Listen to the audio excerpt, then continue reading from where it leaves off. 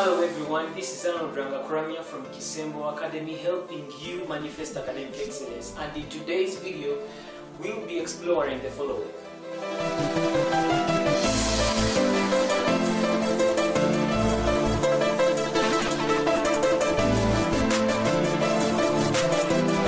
Stay tuned. This is a sellotape roll, so I'm going to roll it from here. This is part A and that's part B. This sellotape roll, it rolls in a straight line from part A to part B. Now if this sellotape roll is to roll from part A to part B in a straight line and it is not interrupted, it means it will have covered a certain distance in a certain time frame. Now let's assume that the distance between A and B is 100 kilometers. And this sellotape, when it was running from A to B, it did cover this 100 kilometers in a certain time frame. So if we wanted to find the speed by which this sellotape roll was able to move from this point down to this point, for us to be able to find that speed means that we're going to get the total distance covered from A to B, and we divide that by the total time taken for the sellotape roll to move from A to B. And in that case, it means that to get the distance covered means that it's going to be 100 kilometers, which is the distance covered. Divide that by the 2 hours it took. We are now assuming that it took 2 hours to move from A to B. So for us to be able to get the answer here definitely is 50 kilometers, and it is going to be 50 kilometers per hour. That is the speed. Now 50 kilometers per hour means that if this sellotape roll continued to travel even beyond the point B and it continues moving in a straight line without interruption, it means that for every 1 hour it will be covering 50 kilometers. That is what we mean by 50 kilometers per hour, that for every 1 hour it will be covering 50 kilometers.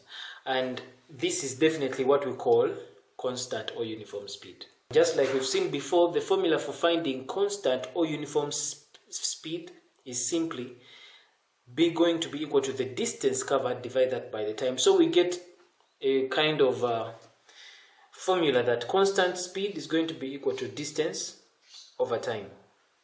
And if you are to make this a flat equation, meaning we multiply time on both sides to make it a flat equation to eliminate this fraction, it's going to become distance traveled is going to be equal to speed times time. So in most of our workings where we are going to we will be dealing with motion in a straight line, it is very important that we commit this to memory, that distance traveled is going to be equal to speed times time. But you realize that speed shares the same units with velocity. For example, if you have to look at it here, we know that velocity is the measure of speed in a specified direction. So this brings us to the difference between these two. Speed is a scalar quantity, velocity is a vector quantity. We all know that when we are talking about scalar quantities are simply physical quantities that only have magnitude, and these ones include things like mass, density, area.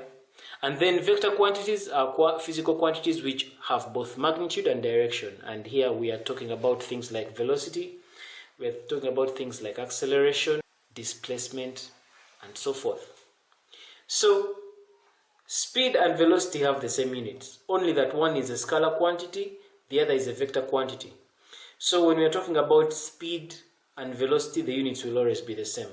We'll head straight into a few examples. Find the distance traveled in 5 hours by a body moving at a constant speed of 30 kilometers per hour. So to summarize our question, we have our time there being 5 hours. And we are talking about a body moving at a constant speed of 30 kilometers per hour. So it means that the speed, which I'll call it V, is going to be equal to 30 kilometers per hour. So they're asking us to find the distance. Distance, which we shall denote by S, is going to be equal to speed, which is V times time. And now our value of V is 30 kilometers, so it's 30 kilometers per hour.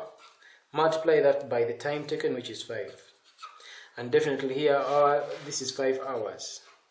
So it means that 30 times 5 is 150. So our distance is 150, and of course this hour and that hour cancel, remain with kilometers, so it's kilometers.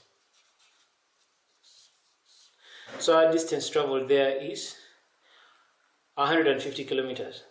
A body traveling at a constant speed covers a distance of 4 kilometers in 3 minutes. Find the speed of the body. So we know that the body is traveling at a constant speed. So the constant speed V. The constant speed is not given, you're supposed to find it. Covers a distance of 4 kilometers. So the distance S is 4 kilometers in a time frame of 3 minutes. So the time given here is 3 minutes. And so here we need to find the speed of the body. So definitely we know that the general formula is that the distance is going to be equal to speed times time. We know that the distance is 4 kilometers is going to be equal to the speed, which is not given, which you're looking for, times the time, which is 3 minutes. Now for us to find this, we are supposed to make sure that our units are harmonizing. We are having our distance here in kilometers and our time here in minutes. It means that our speed will be in terms of kilometers per minute. Now we need to convert these minutes to hours so that the speed we are able to get is in kilometers per hour, not in kilometers per minute. So it means we first convert these minutes to hours. Converting that to hours means we're going to divide this by 60 minutes. So we make V the subject of the formula and find the value of V.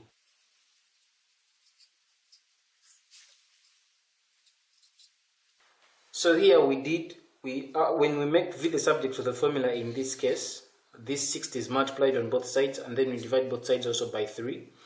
You end up with 4 kilometers here, this is in kilometers, and multiply that by 60. 60 is in, of course here 3 over 6, these minutes cancel, and you remain with 3 over 60 hours, because we are converting these 3 minutes to hours. So it means that here we're having kilometers, and we're dividing that by hours. This is 1 over 3 over 60 hours. So for us to have gotten these units meant that it is 4 times 20. What we're getting here is 80 kilometers. Divide that by hour, that's why we call it kilometers per hour. And that is the speed of light is 3 times 10 to the power 8 meters per second. If the distance from the sun to the earth is that, find how long it takes from the sun to reach the earth. So to find the speed, we know that distance, which is denoted by S, is going to be equal to speed times time. The speed of light is that, so it means that the speed of light is going to be 3 times 10 to the power 8 meters per second. If the distance from the sun to the earth is that, so meaning that if the distance S from the sun to the earth is 1.5 times 10 to the power 8 kilometers, find how long it takes. So they're asking for the time. How long does it take for the light to move from the sun to reach the earth? So for us to be able to get our value of time, we're simply going to substitute in here. Now please take note of this, that here our velocity is in meters per second and our distance is in kilometers. So now these are kilometers, these are meters. We need to harmonize these units. They are either both kilometers or both of them are meters. But I think it's easier. Let's convert these kilometers to meters, so that when we are dividing the two, these meters cancel out and our value of time is only remaining with per second.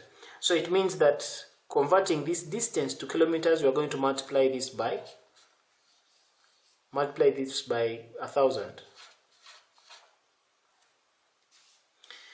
Of course, when we multiply that by 1,000, it turns to meters. So when we continue with our working, therefore, it's going to become, we know that distance is going to be speed times time. And definitely our distance here is 1.5 times 10 to the power 8. But we are converting these kilometers to meters, so it becomes times 10 to the power 3 as well. Is going to be equal to speed. Our speed is 3 times 10 to the power 8 meters per second, multiply that by time. So when we make t the subject of the formula to find the value of time, time therefore is going to become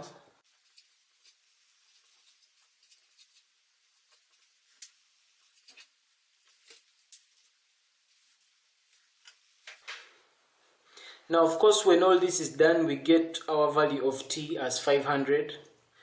But remember that this top part here with this 1.5 times 10 to the power 8, this was converted to meters, and this downer part is in meters per second.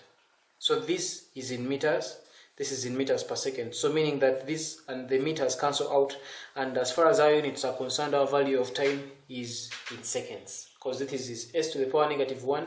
When we shift this s to the numerator, it becomes 500 seconds. And of course, the question does not specify in what unit we're supposed to state the time, so it means we can as well leave our time in seconds, and that is just fine. Let's say somebody is driving along the road, and as they are driving, they're going to start from this point. As they are driving their car, they're supposed to follow this path and reach their destination at this point. But as they are driving, we assume that as they start, you start at a lower speed, like 20 kilometers per hour. Then you start accelerating, and this speed will slowly start increasing to, let's say, 30 kilometers per hour, 40 kilometers per hour as you're moving along the straight track. But we all know that as you're moving from this point, when you are approaching the corner, you're supposed to reduce speed, because you cannot go and you cannot negotiate this corner in this constant speed. So it means that as you're approaching the corner, you're going to reduce speed. So if, let's say, you were coming in at around 60 kilometers per hour, when you reach the corner, you're going to reduce to around 20 kilometers per hour. You will negotiate that corner, then you will accelerate again, you increase speed, then you reach the corner again, you're supposed to reduce speed so that you negotiate the corner. Then you will increase speed again to something like, let's say, 60 kilometers per hour. But you, as approaching the corner, you reduce speed to, let's say, 20 kilometers per hour, so that you're able to swerve that corner again, and so forth, until you're able to reach your destination. So what am I trying to say? What I'm trying to say is that if a person is to move from this point to that point, it is impossible in real life for them to be able to use constant speed to move from here, unless the path is completely straight. But in most cases, as we are moving, you will encounter a bicycle along the way, you will encounter a motorist, you will encounter another road user along the road, and these people are going to definitely cause you to have to reduce your speed. So because of these speed variations, we are always unable to move at the constant speed from where we started from to where we ended. So because it is impossible, when we are calculating, we definitely have to find the average speed now, or we'll call it the average velocity. So the average speed will mean that we're supposed to get the total distance covered, and we also get the total time from this point to that point, and when we divide the two, we are able to get the average speed of this person. And definitely, of course, the average speed simply signifies the constant speed this person would have traveled without having to reduce speed and all that. So for us to get the average speed, we simply are going to get the total distance and divide that by the total time, from the point the driver started driving to the point where they ended. It's the same thing. Average velocity is going to be the total displacement in a specified direction between, and divide that by the total time. Now I have to explain. These two, average speed and average velocity, they both have the same SI units. Average speed it will have the same SI units as average velocity. It's all in meters per second or kilometers per hour. Now, what's the difference between average speed and average velocity? Why do these two have the same? Why do they have the same SI units, but if you look at them, they are having different formulas? Now, let me explain some theory here.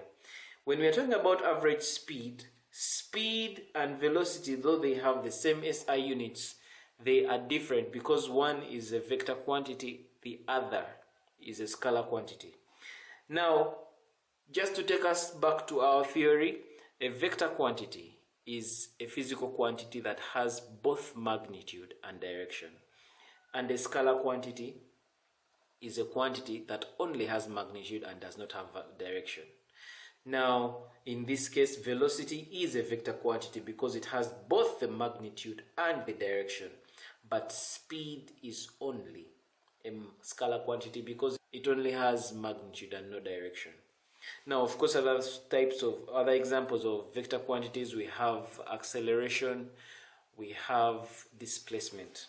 Then for speed, of course, for other examples of scalar quantities, we have density, we have pressure, we have mass, and so on. We'll look more into those details when we are dealing with vector and scalar quantities in the physics videos. So because this is a scalar quantity, speed, so we are going to, it will be total distance divided that by total time. Again, distance and displacement have the same SI units. They are both can be measured in meters.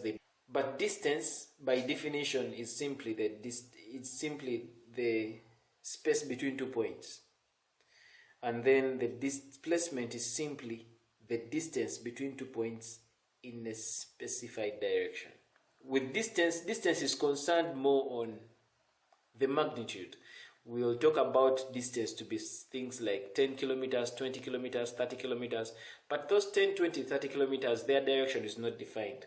This distance becomes displacement when we define the direction of the distance. So for example, if we talk about things like 10 kilometers in the north direction, now that becomes displacement because it is having both magnitude and direction. If we talk about things like, let's say we are moving 100 kilometers south. So 100 kilometers south becomes the displacement because it has both magnitude and direction. Then so basically it's total distance over total time, also total displacement over total time. It's more of the same. It's just the theory that makes these two stand out to be kind of different. So we'll do an example here to illustrate this. PQR are points along a straight line in that order, where PQ is 40 kilometers and QR is 90 kilometers. A man travels from P to Q and from Q to R at 10 kilometers per hour and 15 kilometers per hour, respectively. Calculate the time taken between P and Q. Now, when we say kph, we shall be meaning kilometers per hour. So now to do this example, we are going to go ahead and do Roman 1, the time taken between P and Q. Now, before we calculate for the time taken between P and Q, we need to summarize the question in a diagrammatic way. These are PQ and R as points along a straight line. So we are going to illustrate those in the diagram. So we have P, Q, and R.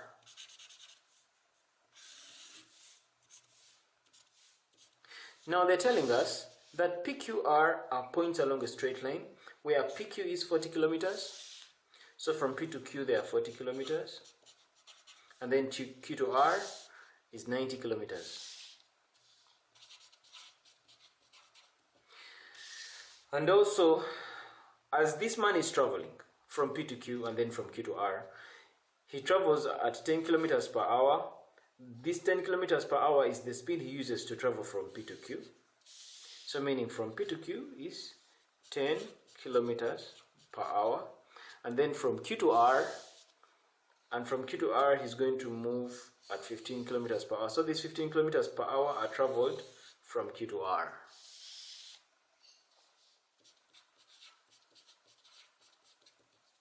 Roman 1, they're asking us to find the time taken between P and Q. Now, the time taken, we know that distance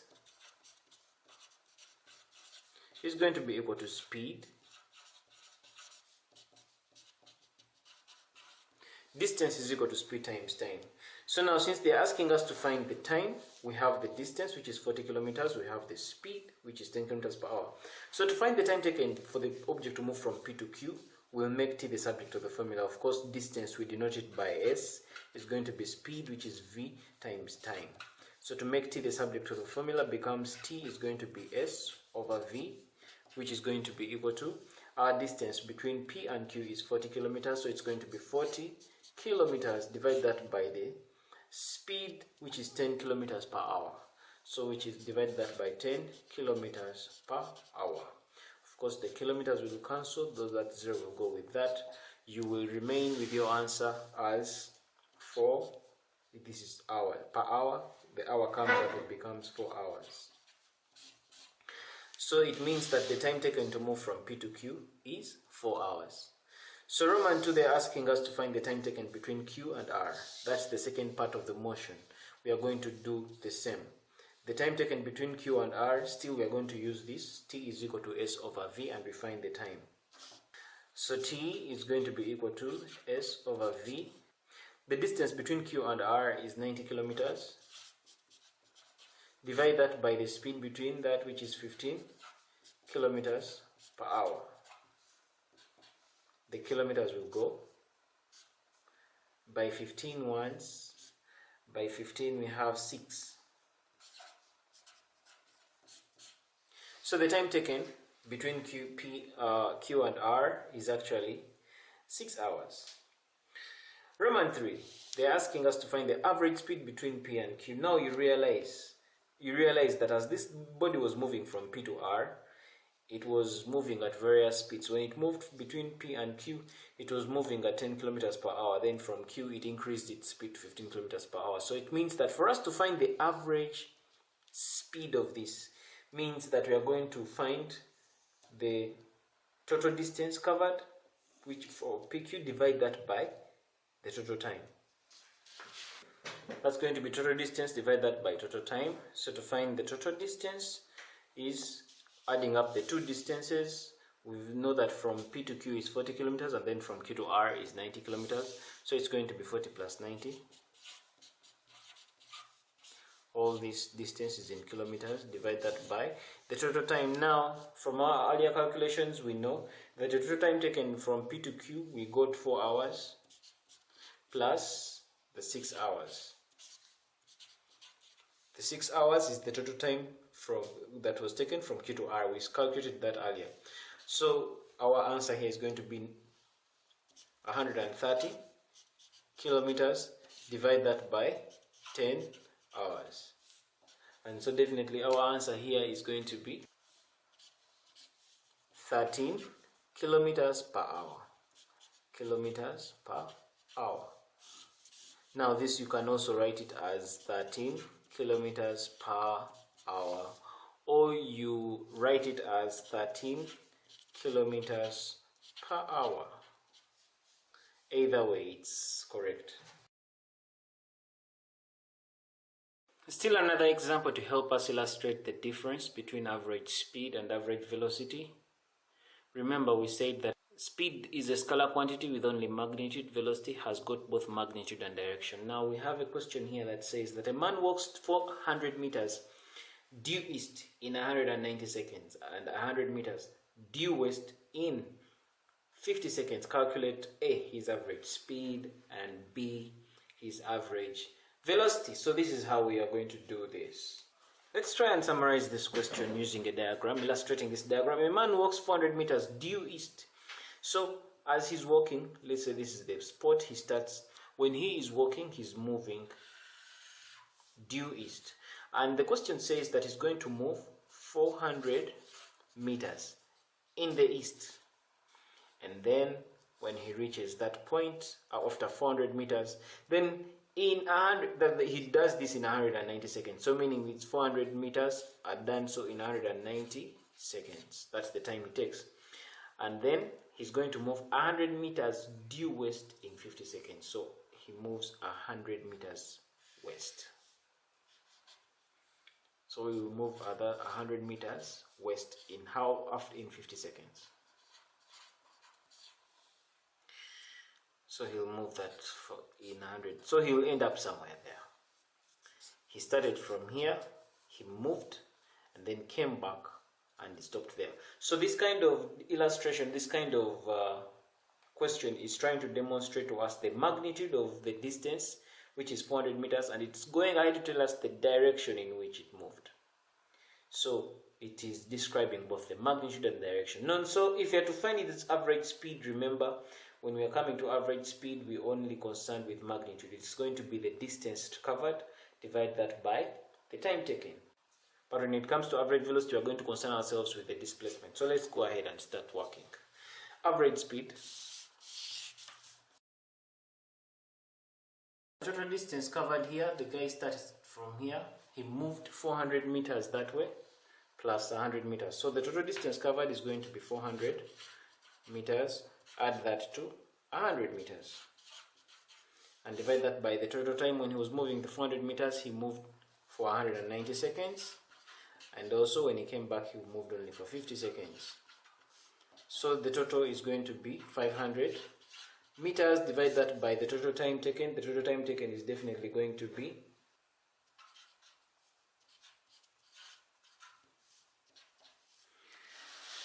so the time taken, the average speed is going to be 1 meters per second. Meters per second. So now let's look at the average velocity. What is this average velocity? Again, average velocity formula is, now remember here when it comes to average velocity we are going to be dealing with displacement, not distance. Remember that with distance we were dealing with just the magnitude. The guy moved 400 meters in that direction, then came back. So the total distance moved is simply 400 plus 100. We do not mind about the direction, as we just talk about the distance the guy moves. But when it comes to displacement, even by definition, displacement is the distance moved in a specified direction. So meaning that if this guy started moving from this point, and this is where he ended, the distance he moved is 500 meters, but his displacement is not 500 meters. We say that displacement is the distance moved in a specified direction. So meaning that if he started from this point and he ended here, it means that the distance he has moved in this direction is simply going to be, this is where he started from, this point, and this is where he ended. So if from here to here is 400, then from here to here is 100, it means that the remaining here is going to be 400 minus 100, we shall remain with 300. So it means that much as this guy moved from this point to that point, and the distance he covered to move from here to here, the distance covered is 500 meters. His displacement is 300 because the specific distance covered in the specified direction from the point he started to the point he ended is 300 meters. Again, let's get the difference. Distance is a scalar quantity. Velocity is a vector quantity, and with velocity we are talking about the magnitude and direction. With scalar we are only talking about the magnitude. And so that's the case with distance. Distance is just the how much you move. It's only, distance concerns itself only with the magnitude. So in this case the distance moved to come from here to here is simply 400 plus 100, which is 500 meters. But when it comes to displacement, displacement by definition is the distance covered in a specified direction. So meaning that the displacement of this guy from this point to that point is 300, and it is in that direction. So it means that in this case the displacement is going to be equal to, of course 400 minus 100 remain with 300, so we shall just put it right there, that it's going to be 300 meters, and it's in what direction? It is in the eastern direction. So it's 300 meters in the eastern direction by the time taken. Now of course the time taken to make that displacement to move from here to there is still going to be the same. It's 240 seconds. I mean right here it moved from here, it's 190 plus that time, which is 50, making it 240 seconds. So it means that our average velocity is going to be 1/4 meters per second, and it is in the eastern direction. So our average velocity is simply that, 1¼ meters per second in the eastern direction. Let's try and work out this example. Still we're trying to illustrate how average velocity and average speed differ. A body moves due north from A, 10 kilometers to B. So we'll summarize this question right away with a diagram. We are having a body here, it's moving due north from A. So if this is point A, this body is moving up due north, point A. 10 kilometers to point B. So it's traveling a distance of 10 kilometers to a point up here we are calling point B for 4 hours. So the time taken here is 4 hours. From B, it then moves due south to C at a distance that is 30 kilometers in 1 hour. So as it comes on top up to B, it's going to move back down to another point C, and it is moving from this point B, it's moving down to C, which is 30 kilometers in 1 hour. So it's going to move 30 kilometers in 1 hour up to point C. Now this is 30 kilometers, this is 10 kilometers, this is definitely lower than that. This is longer. So we are supposed to ask to find the average speed. So again, to find average speed, it's going to be total distance divided that by total time. So the total distance covered here, since we are dealing with distance, when we are trying to find average speed, we deal with total distance. Distance, we are only going to concern ourselves with the magnitude. So the distance traveled from A up to C, it first moves upward 10 kilometers, then downwards 30 kilometers. So the total distance covered is 10 kilometers plus 30 kilometers. It's going to be 10 plus 30. All this is in kilometers. Divide that by the total time. Now the total time covered is going to be upward, it moves 4 hours, then downwards is 1 hour. So it's 4 plus 1, which is 5 hours. And that's going to be 40. Divide that by 5. And of course, this is in kilometers per hour. And that will be equal to 8 kilometers per hour. So the average speed is 8 kilometers per hour. Now we're going to look at the average velocity. The average velocity is going to be the total. So we're going to find the total displacement. Now if you look at this thing, it is going to move upwards. It moved 10 kilometers northwards, then 30 kilometers downwards.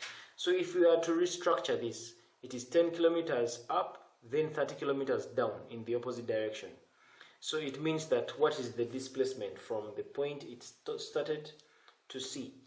If we are to redraw this here to make the displacement issue clearer, this started from A, this is point A, it moves up a distance of 10 kilometers.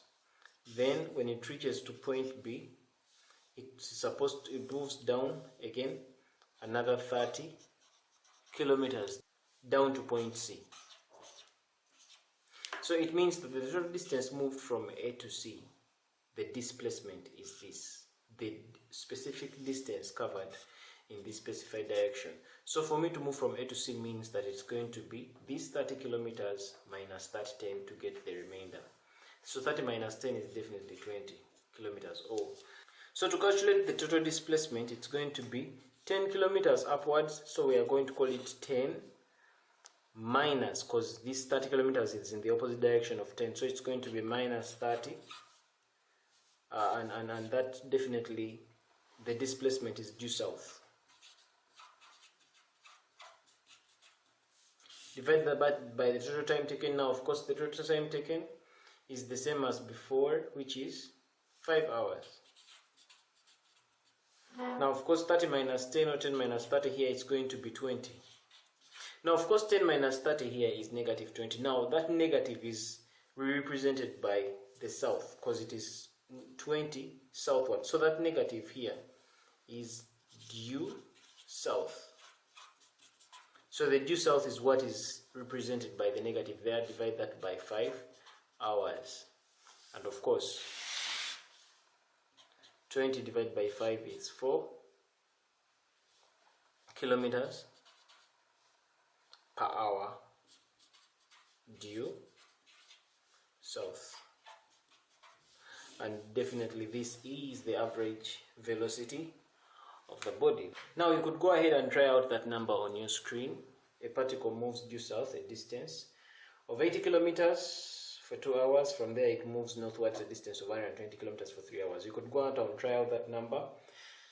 The average speed I expect you to get is 40 kilometers per hour, and the average velocity I expect you to get is 8 kilometers in the north direction. 8 kilometers per hour in the north direction. Now ABC are 3 points lying in order on a straight line with those dimensions. So we're going to, let's summarize this question. ABC, we have A, we have B right there, we have C. Now ABC are simply 3 points lying in that order on a straight line, with AB giving us 60 meters, so we have down here 60 meters. Then AC is 80 meters, so we move from here to right to there is 80 meters. So if this is 60 and from A to C is 80, so to get BC is simply going to be 80 minus 60 to get the remainder of this portion BC, which is, so that 60 plus 20 is 80 meters. So they're telling us that AB is 60 meters and AC is 80 meters. A body moves from A to B at an average speed of 10 meters per second. So the body moving from here to here, this is the distance, we call it S, and the S there. So it means that the average speed here is going to be 10 meters per second to move from A to B. Then this same body they are talking about, then this same body moves from B to C in a time of 4 seconds. So it moves from B to C in a time of 4 seconds. And then it returns to B. So it means after moving to C, it comes back and returns. It returns to point B. And then it returns to B. The average speed for the whole journey is 5 meters per second. So it means that average speed to move from A, B to C, then back to B is 5 meters per second. So now that we finished summarizing our question, let's look at what they want us to find here. Part A, the question requires us to find the average speed of the body in the second stage of the motion, B to C. Of course, now the second stage of the motion here is B to C is right here, and the question is requiring us to find the average speed. So right here they want the average speed.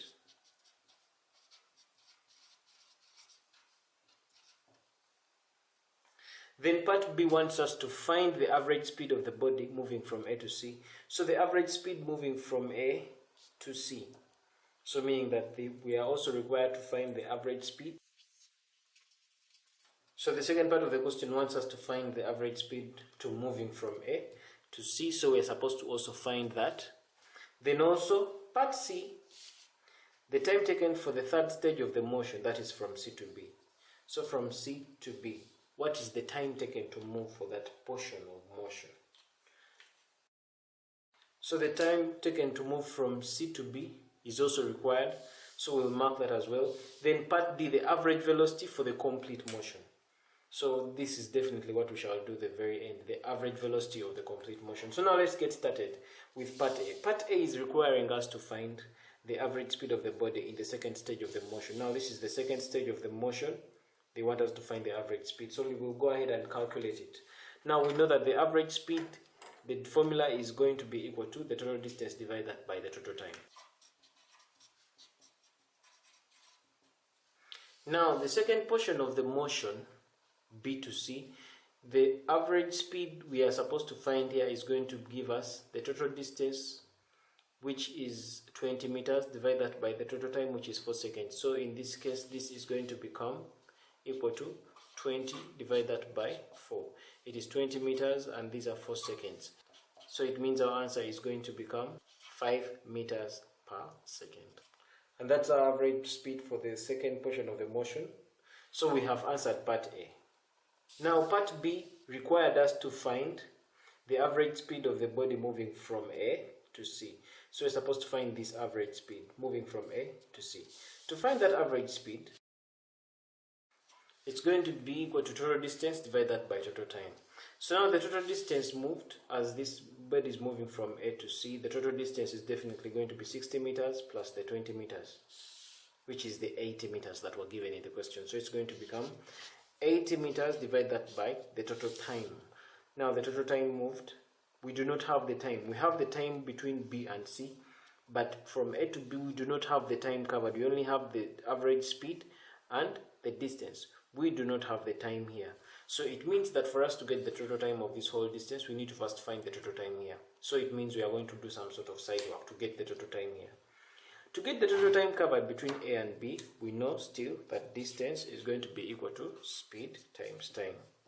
Now the distance covered from A to B is 60, so it's going to be 60 is going to be equal to speed. The speed covered is 10 meters per second times the time. So when we make t our subject of the formula, t is going to become 60 over 10, which is going to be 6 seconds. So it means that the time taken to move from A to B, the time there is 6 seconds. Now that we have the time covered from A to B, then we have time covered from B to C. So now we can get the total time taken to move from A to C. So we can now continue here with our average speed of from A to C. Our average speed is definitely going to be total distance, which is that of our total time. The total time is 6 plus 4, which is 10 seconds. So it's going to be over 10 seconds. And definitely our answer there is going to be, so our average speed definitely there is 8 meters per second. So we go ahead and answer part C. Part C required us to find the time taken for the third stage of the motion, that is from C to B. So as you're moving from point C to point B, what is the total time taken?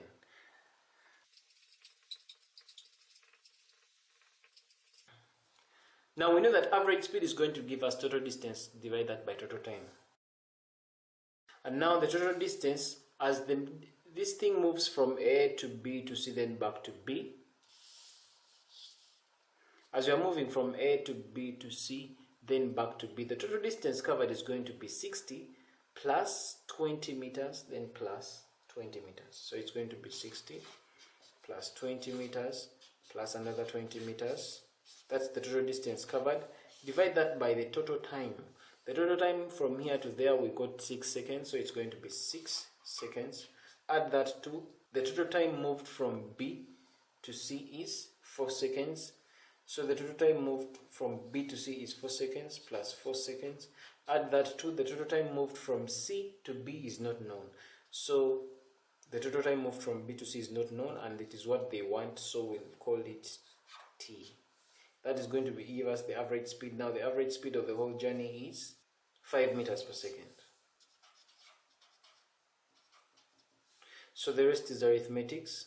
This is 100. Divide that by 10 plus t is equal to 5 meters per second.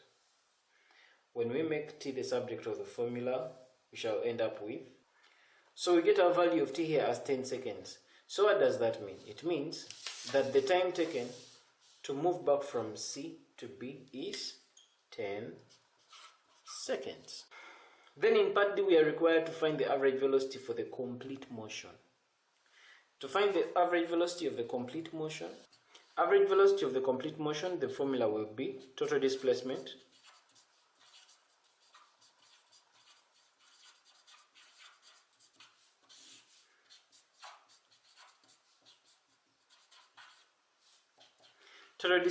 divide that by total time. Now of course the total displacement, according to our diagram, the total displacement, we see that this object, the movement is from A to B to C in that direction, then it comes backwards. So it's going to be that in the positive direction minus the distance. Our displacement is moving from here up to there. That's our displacement. I hope we still remember that the difference. Distance is 60 plus 20 plus another 20. But now this is displacement. Displacement is the distance covered in a specified direction. So it means our displacement is just this distance from the point you started to where you ended. That's your displacement. So it means that according to this, our total displacement is going to be from here to there, that is 60 meters. So it means our displacement is 60 meters in the right direction, or let's call it the eastern direction.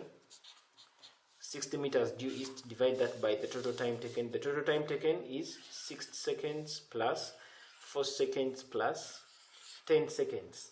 That's going to give us 20 seconds. So it's going to be 60, divide that by 20. And definitely that is going to give us 3 meters per second due east.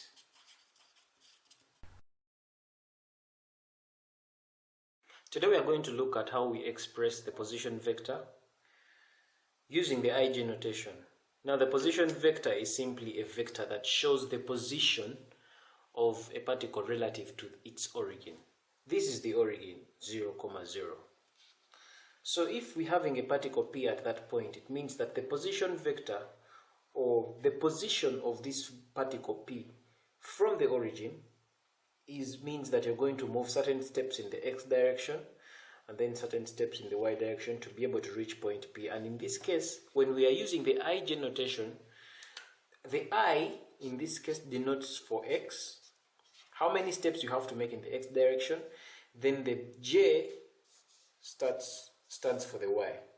So these are so meaning that if this was let's say if from O to A, if this was, let's say, 5 units from here to there, and then this part, this was 5, and from here to here, let's say it was 8, it would mean that the position vector of P, first of all, the coordinates of P will be, from the origin, it will be 5, comma, and then when you go along the y direction, it will be 5, 8.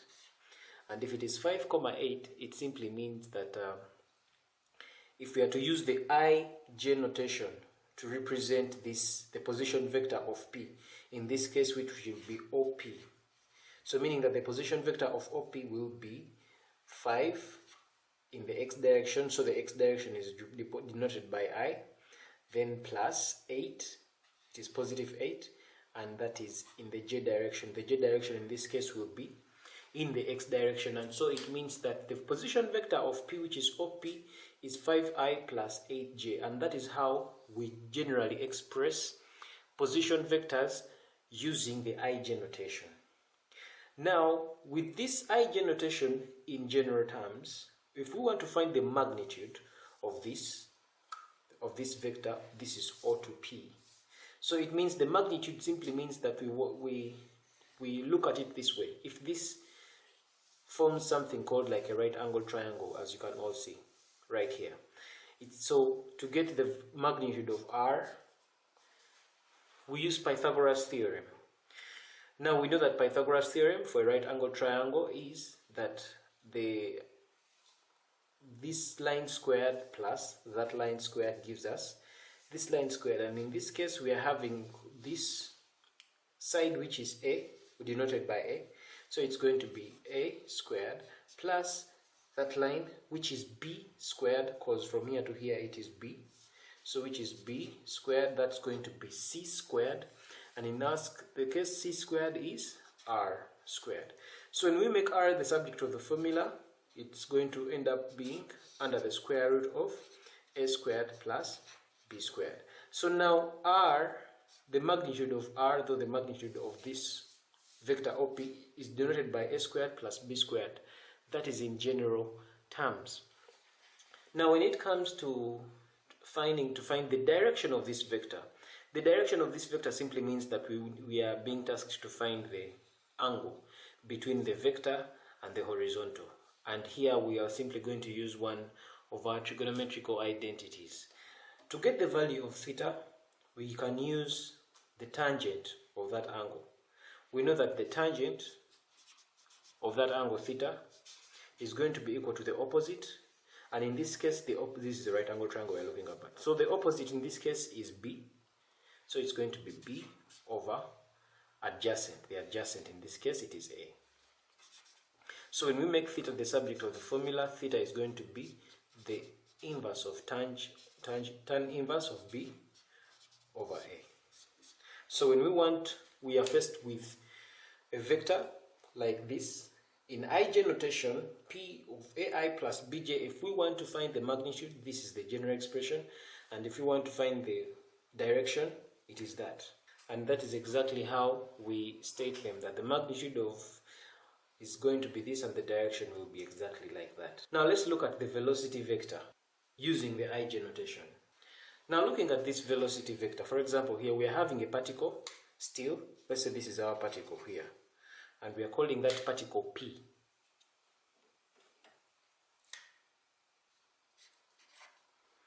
Now we need to find the velocity of this particle. The velocity vector of this particle is given that the velocity of this vector is ci plus dj. Still I is denoting the x direction and j denoting the y direction. Now this is the velocity vector of this.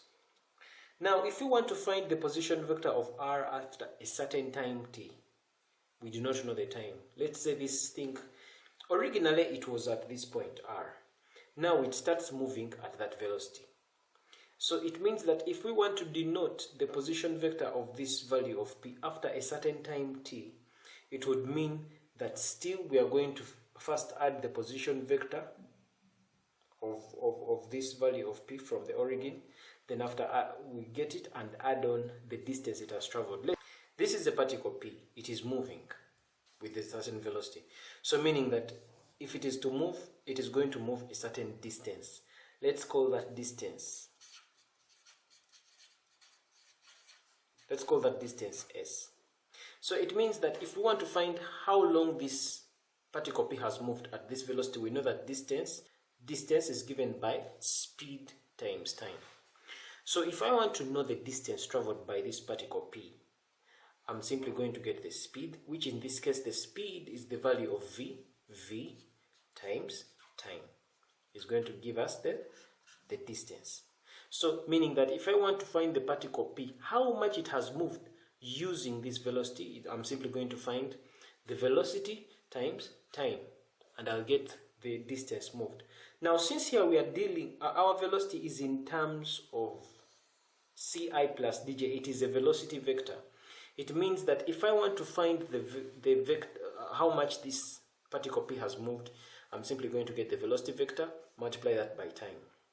So meaning that after it has moved at that speed, if I want to know now how much, if I want to know its position vector after a certain time t, it would mean that I have to add this distance it has moved plus its initial position vector. So this is going to bring us to this, that if I want to find the position vector of a particle after a certain time t, the position vector will be given by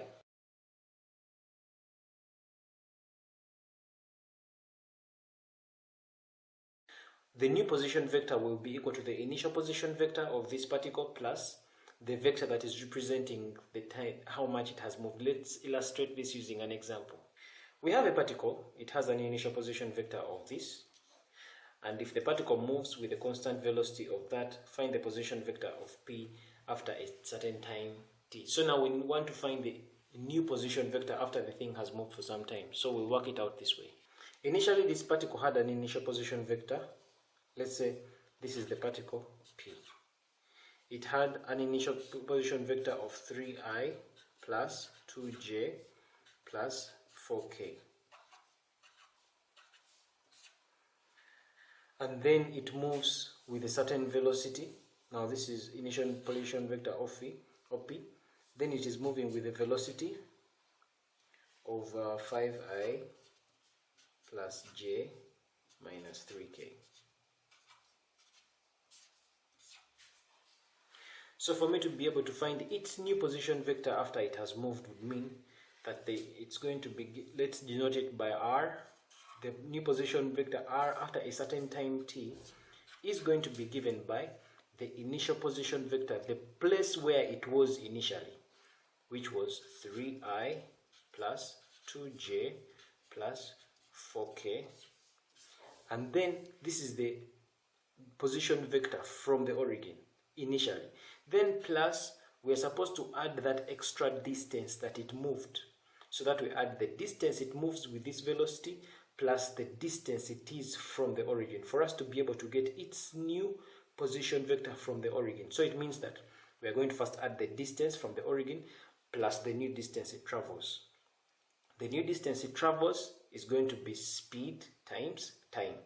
The speed we are having here, or which is our velocity, is that one. So it means that it's going to be the speed times the time. And the time here we do not know, because the question is telling us after a certain time t. So it's going to be the time times the velocity it moves, or the speed it moves, which is 5I plus j minus 3k. So this is the general. Now of course this continues. This becomes 3I plus 2j plus 4k plus, now of course we open brackets here, this is t times 5, which is 5ti plus t times j is tj minus 3 times, it is minus 3 tj. Of course now we are going to group the i's alone, the j's alone, and then the k's alone, and in this case it's going to become, this is 3 plus 5t, so this is going to be 3 plus 5t. These are the i's, then plus, this is 2j and this is t, so it is 2 plus tj, so it is 2 plus t, and this is in j, then also plus 4 minus 3, 4 minus 3, that is k, this is k, so it's 4 minus 3k, 4 minus 3t, this is in k, and definitely this is now the general expression in ij notation for the position vector of this at any time t. We could as well express this in another way, in the column form.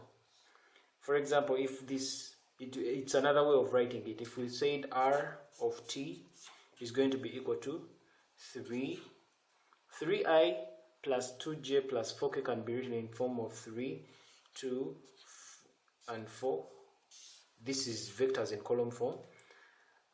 Plus, this is t outside into 5, 1, negative 3.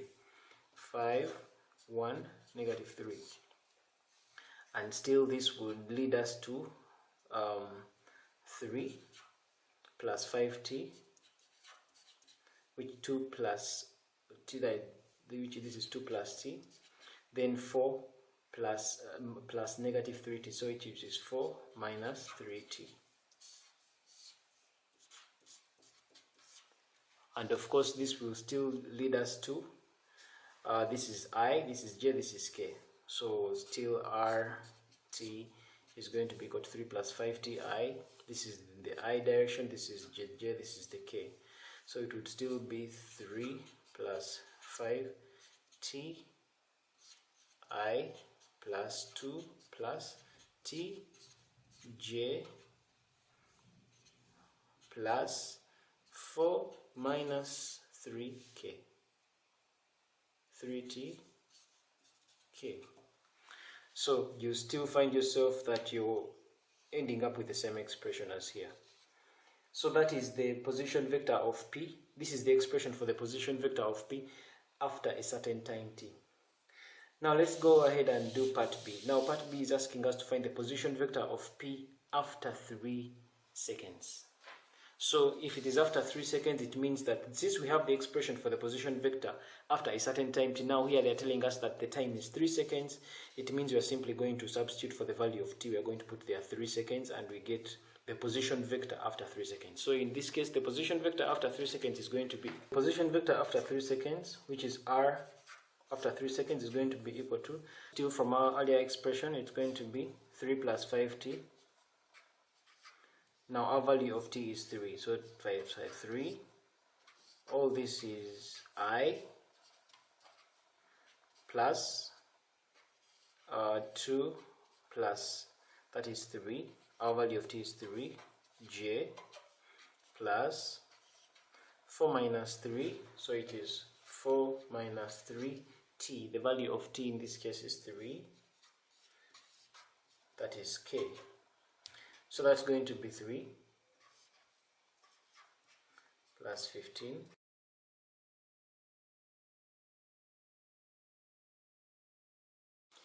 So the position vector after 3, is going to be this.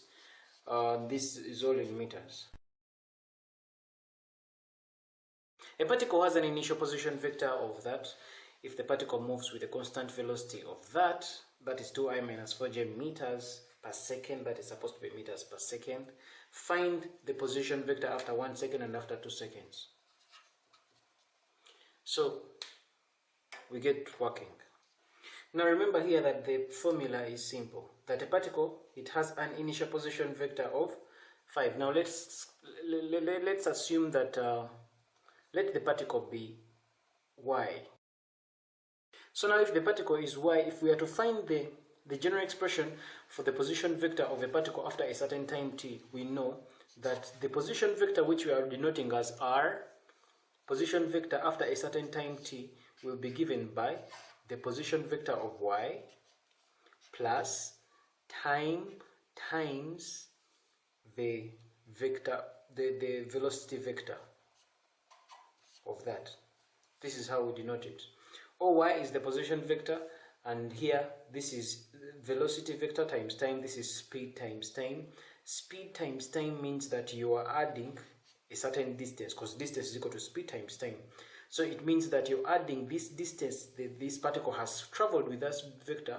You're adding this distance on top of the distance from the origin, which is the position vector, so that when you add those two, you're able to get the position vector after a certain time t. So in this case, the position vector Oy, according to our question, it is 5I plus 3j. We can write this in column form. This is I 5, 3 plus time times the velocity vector. Now the constant velocity that this thing is traveling is 2 and negative 4. So this becomes 5, 3 plus t. This is now the general expression, plus t into 2 negative 4.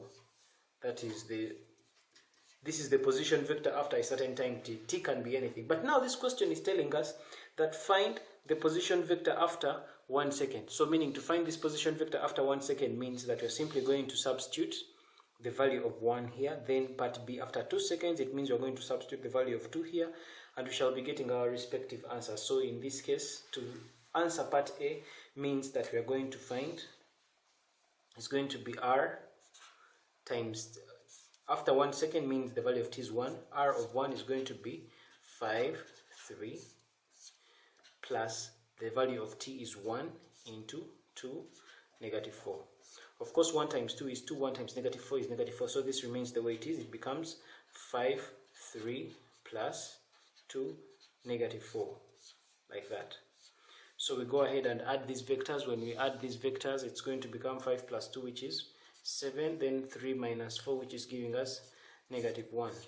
Now this is in the x direction, this is in the y direction. So finally, the position vector, the question wants to find the position vector, remember? So it means that the position vector, which is r of 1, is going to be 7I minus 1j, minus j. And this is in meters. So this is the position vector of that particle after 1 second. So now to find the position vector after 2 seconds, we are still going to substitute the value of t. We're just going to put there number 2.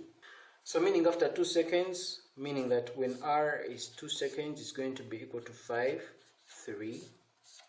Add that to 2 into 2 negative 4. This gives us 5, 3 plus 2 times 2 is 4, and then 2 times negative 4 is negative 8. Then you will end up with 5 plus 4 is 9, so this is going to give us 9. Then 3 plus negative 8, this is the same as saying 3 minus 8, because this positive and negative is the negative that takes the day. So 3 plus negative 8 is going to simply give us negative 5. So when we do, so this becomes, our position vector after 2 seconds is going to become 9I, this is in the x direction, then the y direction is minus 5j. So here we have converted the vector from column form to ij notation. We convert this to ij notation because the vectors given in the question are in ij notation, so it means that our answers have to be in ij notation. We have another number here. A particle has an initial position vector of that. So now let's call that particle P. So if that's the particle is P, it means that its position vector, a particle has an initial position vector of this. So it means that the initial position vector of P is going to be equal to A, B, C, K. So I like writing these in column form. It's easier to calculate them when they're in column form. Then we shall give the final answer in ij format. So this is going to be A, B, C. That's the vector, the position vector of P. Then they're telling us that the particle moves with a constant velocity of this. So it means that the velocity vector it moves with is 3, 1, and 4 meters per second. And after 2 seconds, it has a position vector of that. So it means that after 2 seconds, this is its position vector. So meaning that its position vector after 2 seconds is going to be equal to 7, 1, and 4. Like that. So we're supposed to find the values of A, B, C and find how far the particle is from the origin after 2 seconds. So at first, our first task is to find the A, B, C, the values of A, B, and C. Now again, we know that the general expression to find the position vector of a particle after any time t means that the position vector after a certain time t is going to give us first the position vector of this, which is going to be OP plus the added distance it travels from the position vector, and of course the added distance it traveled is going to be speed times time, which is going to be the velocity vector, multiply that by the time. And in this case, r of t, the position vector after any time t is going to be OP. Our position vector here is A, B, C, plus time times the velocity vector, which is 3, 1, 4. So this is the general expression for our position vector after any time t. But now the question wants us to find the values of A, B, C. Now, since we have that the position vector after 2 seconds is 7, 1, 4, so we are going to take advantage of this information to help us find the values of A, B, and C. So R of 2, it means that when the value of t is 2, when we put 2 here, it means that this whole expression will be equal to 7, 1, 4. So we know that meaning that when our value of t is 2, the expression is that. So meaning that r of 2 is going to be 7, 1, 4. So we substitute here when the value of t is 2, it means that the position vector is 7, 1, 4. So meaning that here 7, 1, 4 is going to be equal to ABC plus t. Our value of t is 2 times 3, 1, 4. And of course now this is going to become 7, 1, 4 is going to give us A, B, C plus 2 times 3 is 6, 2 times 1 is 2, 2 times 4 is 8. For us to be able to find ABC, we are going to make this the subject of the formula, so this comes that way. So this becomes 7, 1, 4 minus 6, 2, 8 is going to give us A, B, C. So our value of A here is going to be 7 minus 6, which is 1. We have 1 minus 2, which is negative 1. Then we have 4 minus 8, which is negative 4. So from here we shall conclude by saying that our value of A is actually 1. Our value of B is negative 1. Our value of C is negative 4. And that's how we get our values of A, B, and C. So after finding the values of A, B, and C, now we're being asked to find how far the particle is from the origin after 2 seconds. Now to find they are actually asking us to find the magnitude of the vector, because as far as the particle is from 2 seconds, according to the question, they're telling us that after 2 seconds, it has a position vector of this. So meaning that after 2 seconds, the position vector of the particle is 7, 1. That's the position vector after 2 seconds. So it means that if we are to find the distance this particle is from the origin after 2 seconds, it means we are supposed to find the magnitude of this vector.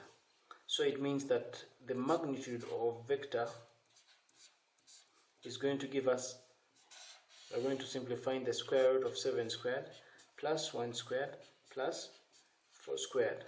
That's going to give us, under the square root, 7 squared is 49 plus 1 plus 16. And we shall end up with, so meaning that this is going to give us 8.12 meters, and so that's the position of the particle, and this is how far the particle is from the origin after 2 seconds. You can try out the number on the screen. A particle has an initial position vector of that meters, and the particle moves with the constant velocity of this. Find the position vector of the particle after t, then afterwards the position vector of the particle after 5 seconds. Now for this kind of answer, for this kind of number, I expect that when you do part A, you will get an expression which, such that when you put number 5 as the value of t, you should be able to get 19i minus 7j minus 16k as your final. We are going to dive straight into how we derive the equations of motion. That is motion in a straight line. We have 5 equations of motion, and we are going to, in this video, I'm going to show how we derive the equations of motion. But before we get into the derivations, I would like to take you through the overview of where we are going. To begin with, the parameters we are going to consider are displacement, which is going to be denoted by s. We have the initial velocity, which will be denoted by u. We will have the final velocity, which is denoted by v. Then we will have the acceleration, denoted by a, and then the time, denoted by small t. Now, what are these equations that we are trying to derive? The equations of motion are basically 5. We have the first equation of motion, which is v is equal to u plus at. We have this one, we have that one. For displacement, we have this one for v squared is equal to u squared plus 2as, and then finally that one. But in all these 5 equations, you notice that in each and every equation, there is a certain parameter that is missing. If you look at these parameters that we considered at the beginning, the displacement, the initial velocity, the final velocity, the acceleration, and the time, if you're to examine each and every equation, there is a parameter missing, one parameter of all. If in a certain equation you'll find that all these 4 parameters are there and s is missing, then in another equation you'll find that u is missing and all the other parameters are there, or you'll find t missing and all the other are there, and so on. And so it means that as we are deriving these equations, we have to put in mind in some of our substitutions that there are certain parameters that we will be deliberately leaving out for us to be able to attain the equation we're trying to derive. For example, if you look at the first equation of motion, it is s that is missing. There is no displacement here. But this displacement is in all the rest of these equations. If you look at this second equation, we have a missing. The acceleration is not represented, but acceleration is in all the others. In the third equation, you're having final velocity missing, but final velocity is represented in all the other 3. Then likewise here, time in this equation is missing, but it is represented in all the other equations. And finally, even in this final equation, you're having u missing, but this u is represented in all those other equations. So we'll get started with first coming from where acceleration comes from. Now, acceleration, by definition, from our theory, we know that acceleration is the rate of change of velocity. Now, if we are to use an illustration as in our screen diagram below, the write-up says that if an object is to move in a straight line from 5 meters squared, and after 3 seconds, its velocity is 11 meters squared, this is what has been illustrated here, that this object starts moving from 5 meters squared. So it means that 5 meters squared is its initial velocity u. Then it moves, and after 3 seconds, so after traveling for 3 seconds, this is from 0, after 3 seconds, its velocity is 11 meters per second. So it means that it moves, and its final velocity here, which is v, is going to be 11 meters per second. Then it means that the object was accelerating. It accelerated from an initial velocity of 5 meters per second to a final velocity of 11. And it means that when we draw this graph of velocity against time, the velocity time graph, when we draw this graph, the gradient of this graph represents the acceleration. And now to find the gradient, of course, the formula for gradient is going to be change in y. So what is changing in y? The final velocity 11. To get this acceleration, the slope, acceleration is going to be equal to the change in y, which is 11 minus 5. Divide that by the change in x. The change in x, of course, it's the final minus the initial, which is 3 minus 0, giving us 3. 11 minus 5 is 6. Divide that by 3. Now this 11 minus 5, of course, is in meters per second, and this time is in seconds. So 6 over 3 is going to give us 2. Now 2 is in meters per second squared. Of course, this meters per second squared is coming from here. Meters per second divided by second gives us meters per second squared. So now this 2 meters per second has been gotten from the slope of this graph, and this is the acceleration. Acceleration is the rate of change of velocity, because as we can see here, we are having velocity being divided by time. So the rate of change of velocity is what has given us this acceleration. And so we are going to use this kind of analogy to derive our first equation of motion. Now looking at that, our first equation of motion, still we are going to consider an object. It is moving from initial velocity u to final velocity v. And when you draw a velocity time graph, this is velocity in meters per second, this is time in seconds. So to find that slope, we know that right here, the slope of this graph, to get the acceleration, the slope is going to be change in y. Now of course the change in y is the final minus initial, the final velocity v minus the initial velocity, which is u. Divide that by the change in x. The change in x, of course, it's the final time, which is t, minus the initial time, which is 0. This is supposed to give us the slope, which so happens to be the acceleration. So when we make this a flat equation, this becomes v minus u over t is going to be equal to a. Multiply t on both sides. This goes with that. You remain with v minus u, giving us a t. When we make v the subject of the formula, v becomes, u goes the other side, u plus a t.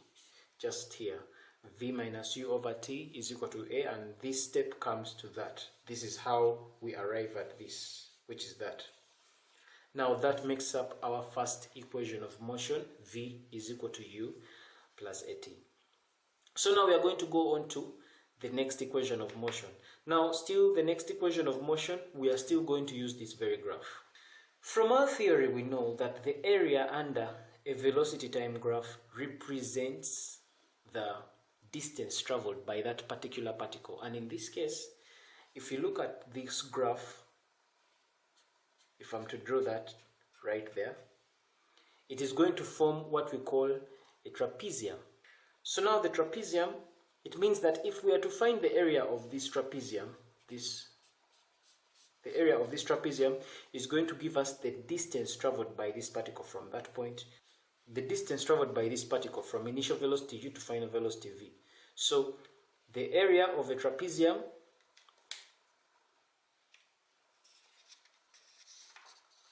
if we are to change this graph like this, this is how the trapezium looks like. And so it means that as far as our trapezium is concerned, our value of a, the height of the trapezium is going to be that one, this, and this will probably be our value of a, and this is our value of b. And now the area of a trapezium is given by, area of a trapezium is going to be a half h into a plus b. And from our trapezium earlier, I'll redraw it here. Now looking at our trapezium here, if I'm to put it upright, the way it should look like, This is going to be our value of h, and our value of h is definitely coinciding with the length 0 to t, so this is our value of t right there. Then here we are looking at it this way. Then here it is coinciding with u, because from here to there the length is u, initial velocity. So our value of a is corresponding to the value of u, and then our value of b here is corresponding to our value of v, which is v. This is v, this is u, and this is our value of t. And I have extrapolated this and I have put it there like that. So it means from our area it's going to be a half h into a plus b, which is going to be a half times t. Our value of h corresponds to the time into the initial velocity u plus the final velocity, which is v. And definitely when we rearrange this, this becomes u plus v over 2, and all this is times t, which is that one. So this makes up our second equation of motion from that graph. If we are not to use the graph to find the second equation of motion, we can relate it like, we know that average velocity is going to be initial velocity plus final velocity divided that by 2. And also another formula for average velocity is displacement divided that by time. So it means that we are going to equate this to that. So that's how we end up with displacement over time is equal to average velocity, which is u plus v over 2. Displacement is denoted by s, divide that by time is equal to u plus v over 2. Then when we make s the subject of the formula, we end up with s is equal to u plus v over 2 times t. And this is just an alternative way, or this is another way we can find our second equation of motion. And so we'll go ahead and derive our third equation of motion. Now, our third equation of motion, we are still going to consider this very graph, but we are going to look at this graph. We are still going to try and find the area under this graph, but only that this time around, the area under this graph, instead of finding the area as a trapezium, we are going to divide this area into 2. And so we are going to get the area of this triangle, and we add that area to that rectangle. And then when we add the two areas, we are going to get an expression that is going to give us our next equation of motion, the third equation of motion. So here is how we are going to do it. We are going to get the area under this graph, but we are going to divide it like that. So we have area of A and area of B. And definitely, of course, here, the area of this first portion, our value of A is going to be a half. This is a triangle, and we know that the formula for finding the area of a triangle is a half times base times height. So that is a half times base times height plus the area of the rectangle, which is length times width. And of course, in this case, it's definitely going to turn out to be that our A, which is the distance, because our area under this graph is the distance, so distance S is going to be a half times base. Now the base here is t, because the distance is t, times height. Now the height here is v minus u.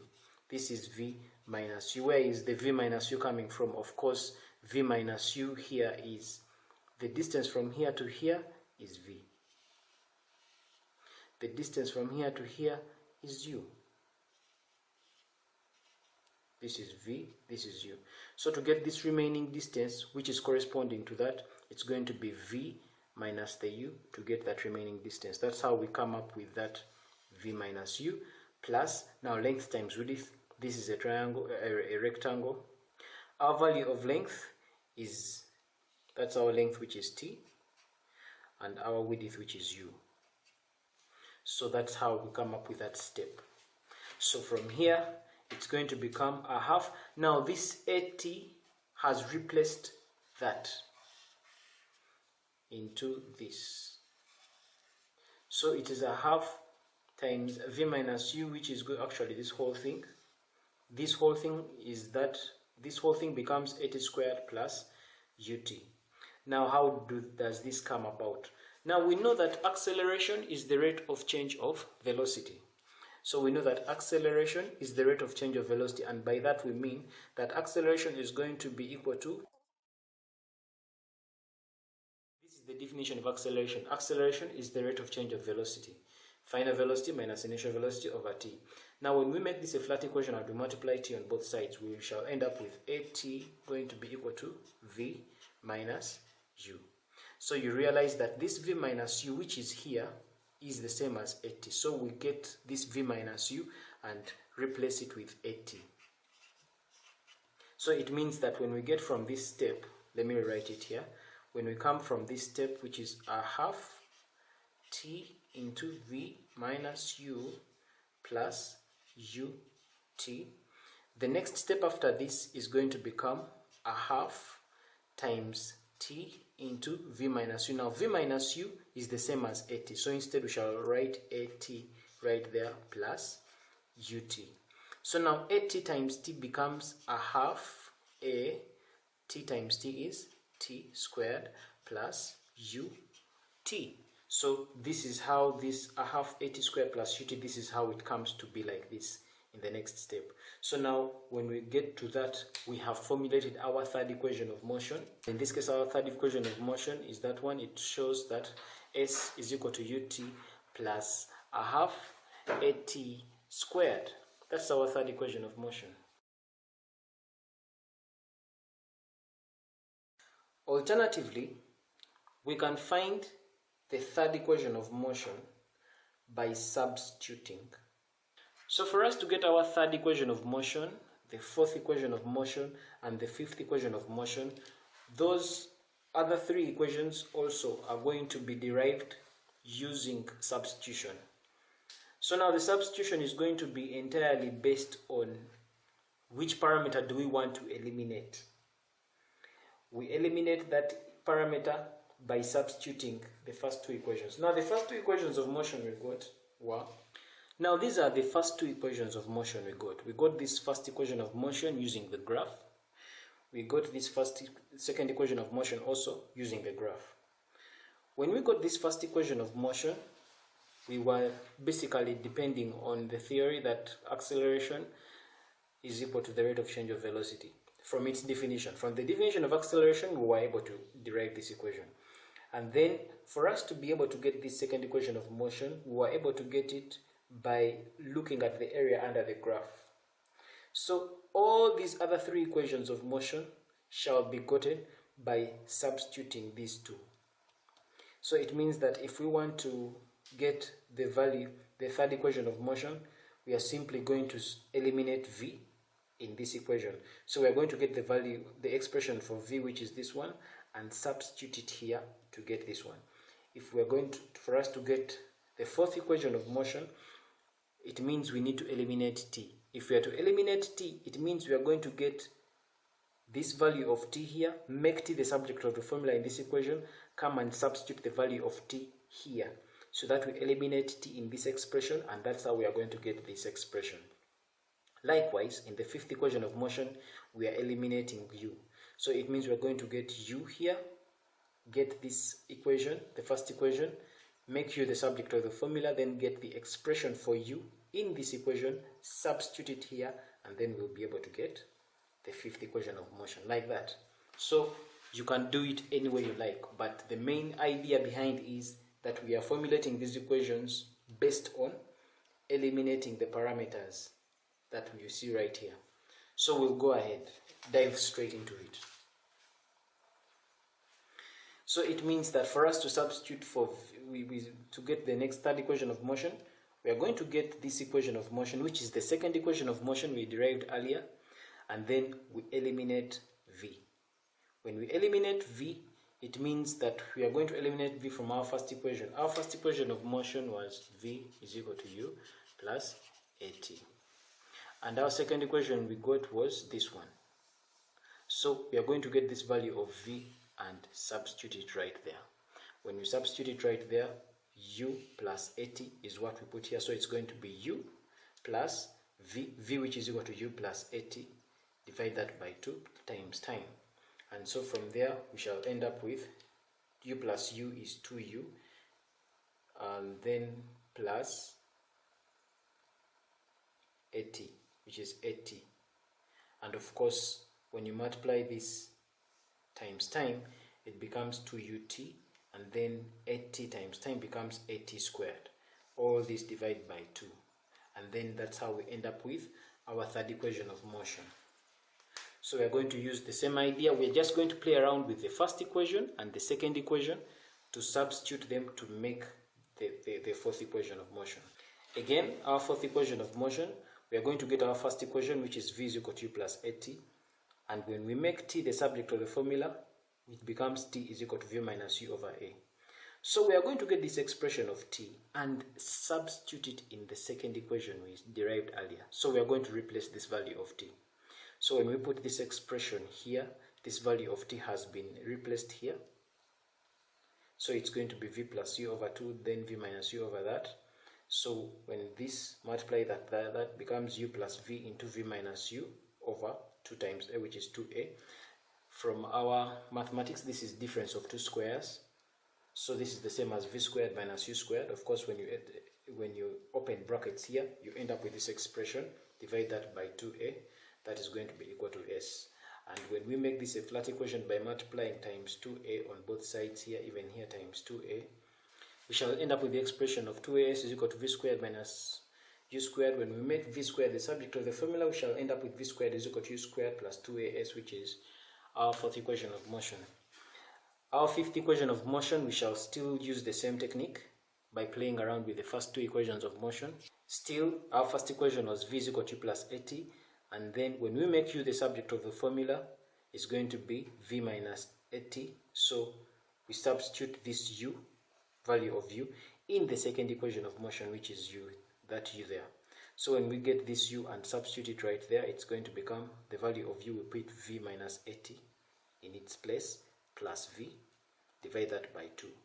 Of course, when you open brackets with the t multiplied through, vt minus 80 squared plus tv, divide that by 2, you end up with you real tv plus tv is equal to 2tv minus 80 squared, which is that, minus 80 squared, divide that by 2.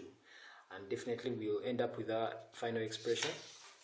Our final expression is going to be s is equal to tv minus a half 80 squared, and that's our fifth equation of motion. So again, throughout, these were the parameters we were considering: displacement, initial velocity, final velocity, acceleration, and time.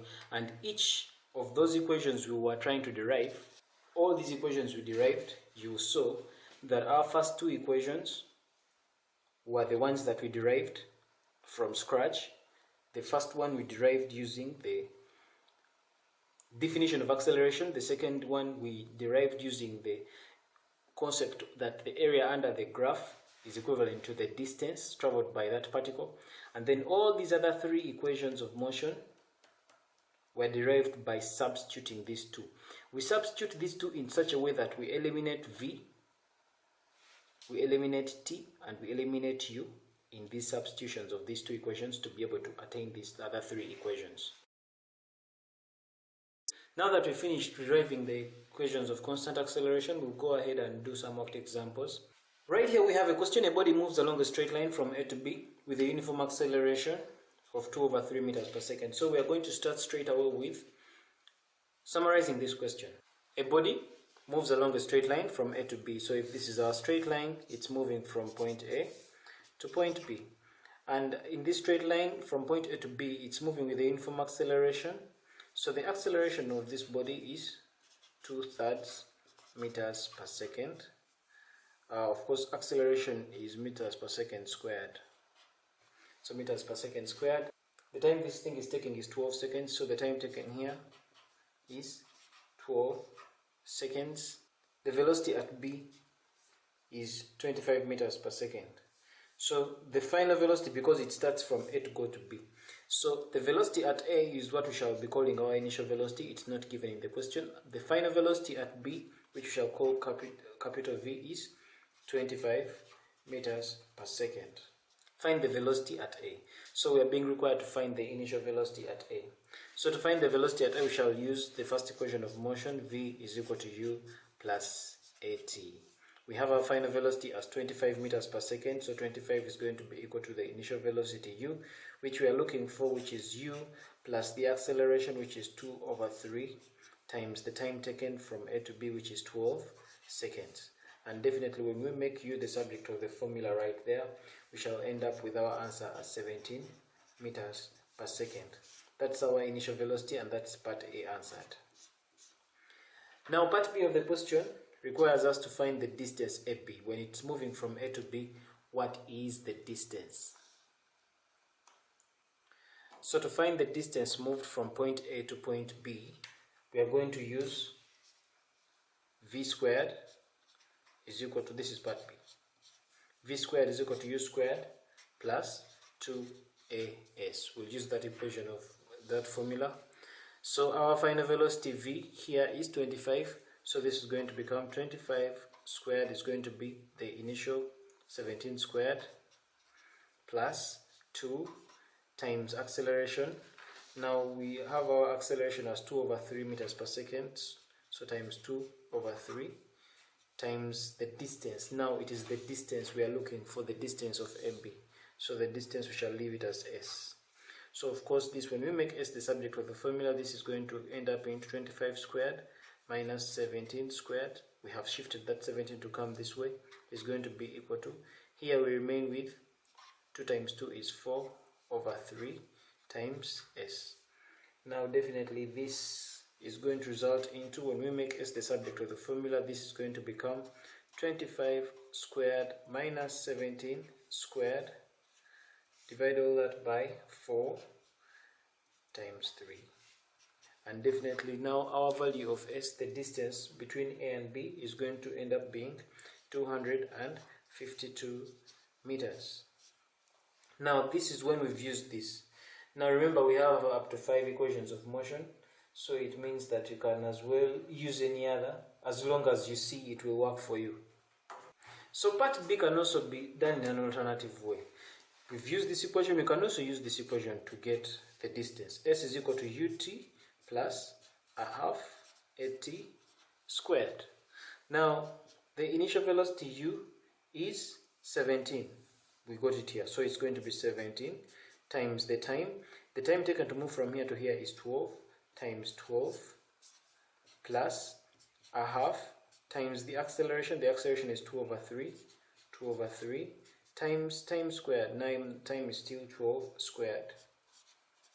And when we add all this up, you still end up with 252 meters. 252, just the same as this. So with part B, you can use this or you can use that formula. Either way, you will still be able to get the same answer. A cyclist travels downhill while accelerating uniformly at 1.5 or 1.5 meters per second squared. If the initial velocity at the top is that, find how far he travels in 8 seconds. Again, to summarize this question, he's accelerating at this, so meaning that the acceleration there is 1.5 meters per second squared, which is the same as saying 3 over 2 meters per second squared. That's the acceleration.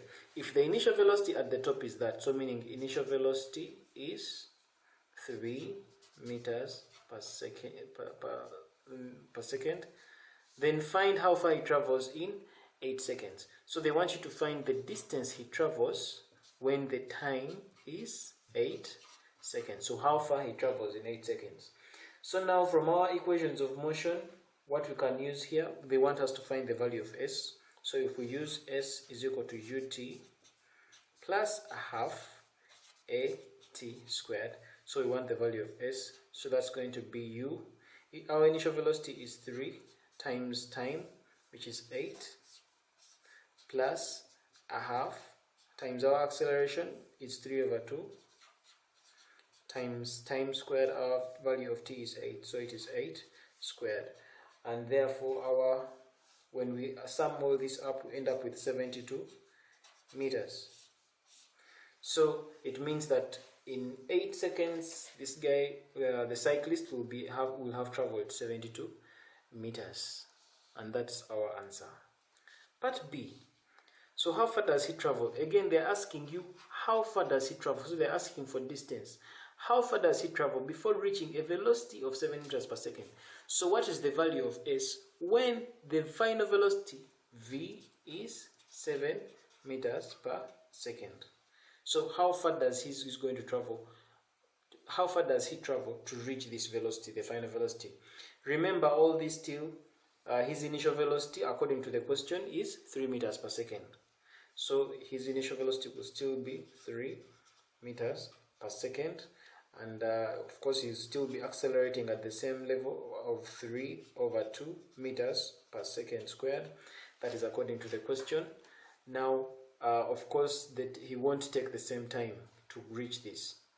So now still here, to get our value of s, we shall use v squared is equal to u squared plus 2as. That's going to be now our final velocity. There is 7 squared is going to be initial velocity, which is 3 squared plus 2 times the acceleration, which is 3 over 2 times the value of s we are looking for, which is that.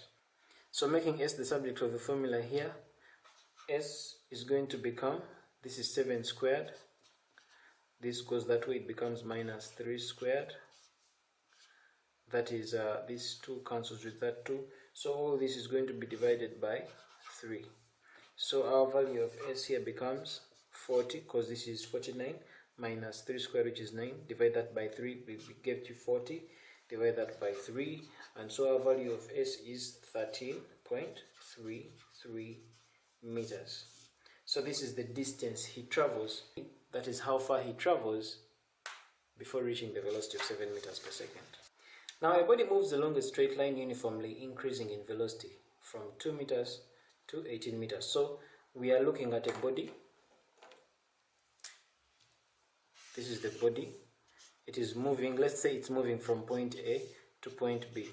But they're telling us that it's moving in a straight line, uniformly increasing in velocity from 2 meters per second. So meaning that at this point it is initial velocity, where it starts from, is going to be 2 meters per second. And it moves from that velocity to that velocity. So meaning that its final velocity v is going to be equal to 18 meters per second. And it is moving in a time interval of 10 seconds. So meaning that the time it's going to take is 10 seconds. There we will be being required to find the acceleration and the distance traveled. So here we are supposed to find the acceleration and the distance traveled. So again, from our equations of motion, to find the acceleration, we can just go on with the first equation of motion.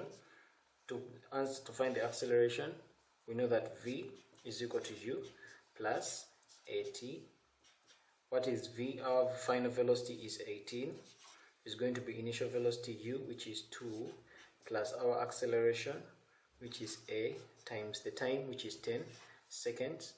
And then we shall end up having, when we're making a the subject of the formula, this 2 comes this side, it becomes 18, minus 2 is going to be equal to a times 10, which is 10a. Divide both sides by 10.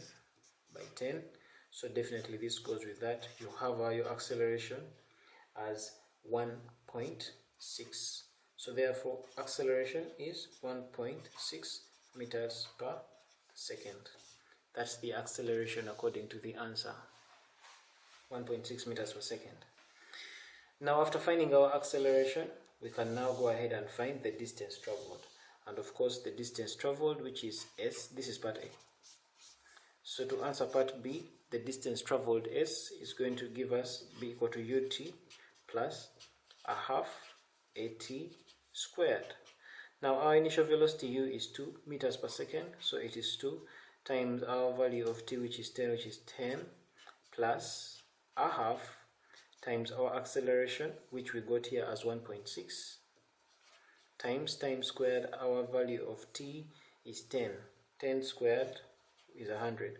So to get our value of s here, when we put all this, sum this all up, you will get 100 meters. And that is our distance traveled from A to B.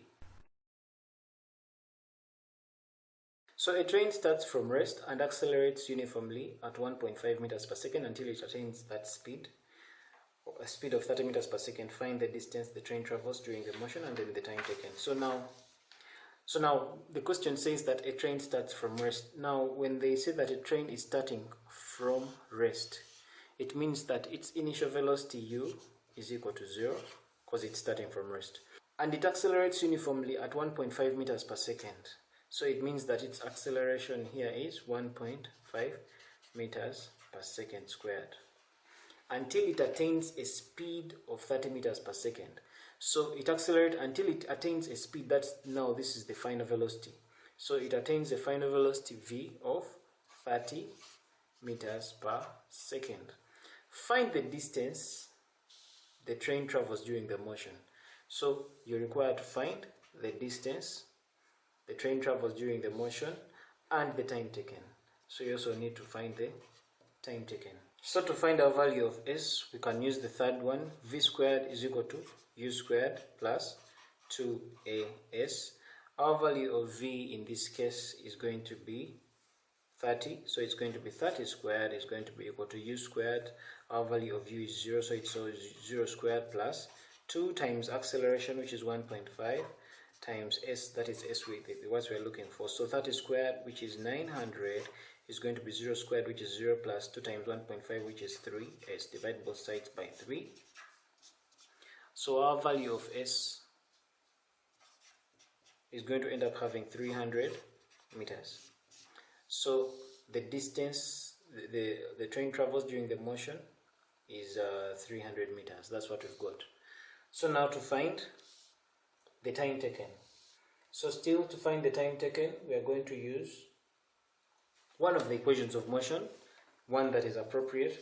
So to find the time taken, we shall say s is equal to u plus v over 2, multiply that by t.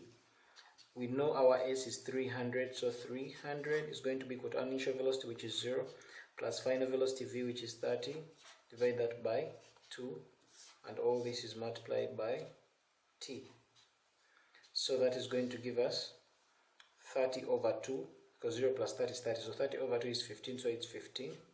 T giving us 300, divide that by 15, divide that by 15.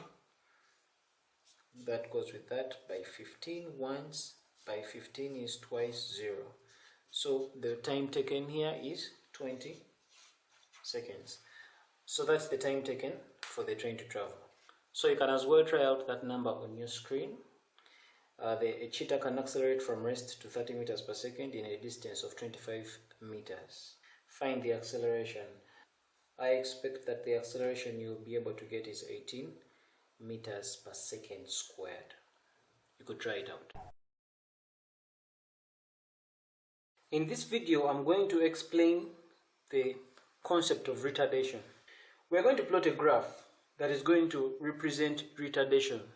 The other word for retardation is negative acceleration, or call it deceleration. Let's take a case in point. For example, a body starts moving. Its initial velocity at moving is 10 meters per second. Then it moves for 2 seconds, and after 2 seconds, its final velocity is 2 meters per second. It started from 10 meters per second to 2 meters per second. It would mean that its graph would look like this. So it means that 10 is its initial. It started from here. Then it moved from 10. After 2 seconds of movement, its final velocity is 2. So its final velocity is right there, 2 meters per second. So that's the graph. It moved from 10 to 2.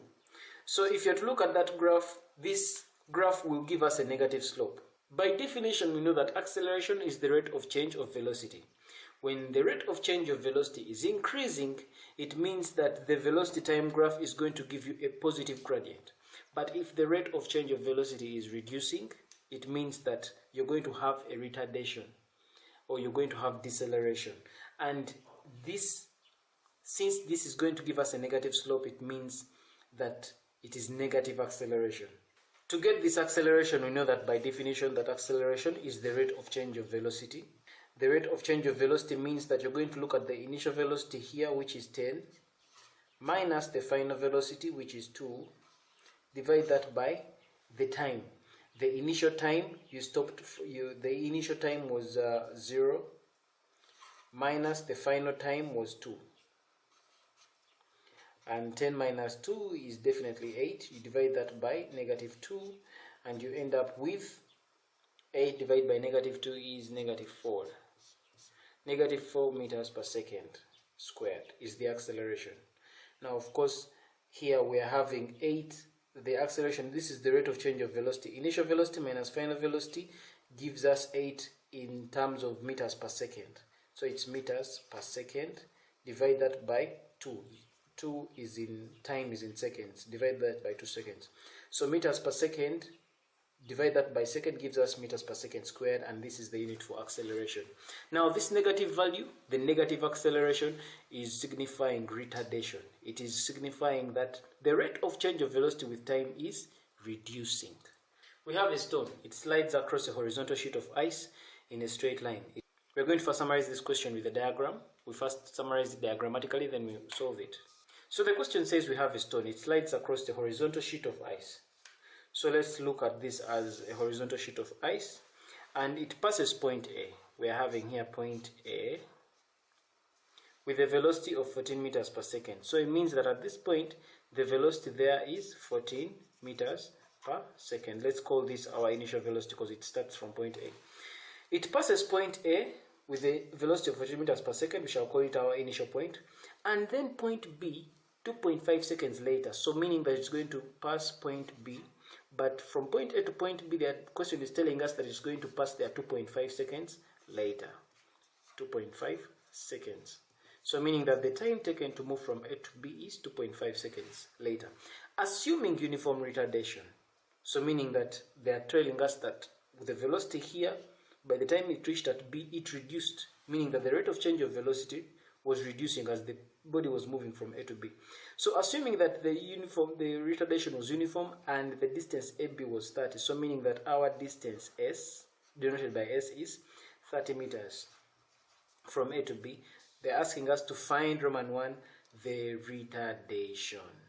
So we are going to, so we have the distance S, we have the time, we have the initial velocity U. So from our equations of constant acceleration, we shall choose an equation that is going to help, that satisfies all these to give us our value of A. And since the body is retarding, we definitely expect our value of A to be negative. So we shall pick on the one that shows displacement, the displacement equation. S is going to be equal to UT plus a half AT squared. And we know that our value of displacement S is 30 meters, so we have 30 meters is going to be equal to initial velocity, which is 14, times the time. It takes 2.5 seconds to move from here to that point B, which is 2.5, plus a half times the acceleration, it is what we are looking for, times t squared. Now the time is definitely times 2.5 squared. So when we make A the subject of the formula, we shall end up with a value of acceleration being negative 1.6 meters per second squared. Now this negative simply signifies that the body is undergoing a retardation or a deceleration, and so it means that our answer, we shall conclude by saying that the body retards at a rate of 1.6 meters per second squared. So we'll go ahead and do Roman 2. They want us to find the velocity at B, so we do not know the velocity at B. So we'll go ahead and calculate the velocity at B.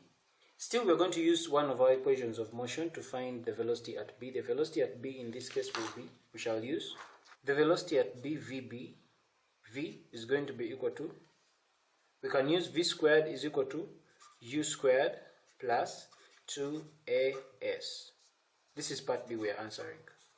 So this is going to become, our initial velocity is 14 meters per second, so it's 14 meters per second plus 2 times acceleration. Now our acceleration here is actually, it has a negative value. Remember, we got our acceleration as negative 1.6, so it means that in our value of area in our calculation, we have to respect that negative and put it there. It's negative 1.6 because it's actually a retardation. Negative 1.6, 2 times acceleration times S. Our value of S, which is the distance, is 30 meters times 30 meters. So it's 14 squared plus 2 times that times 30 meters. So definitely when you get this, you end up with 100. When you find the square root on both sides, you'll end up with your velocity as 10. So our velocity here is 10 meters per second. That question is asking us, how long after passing A does the stone come to rest?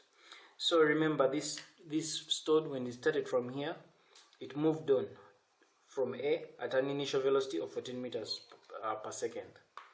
As it kept moving, it reached point B, and the velocity we got at B was 10 meters per second. Now, for it to come to rest, it means that it is supposed to continue until its velocity is 0.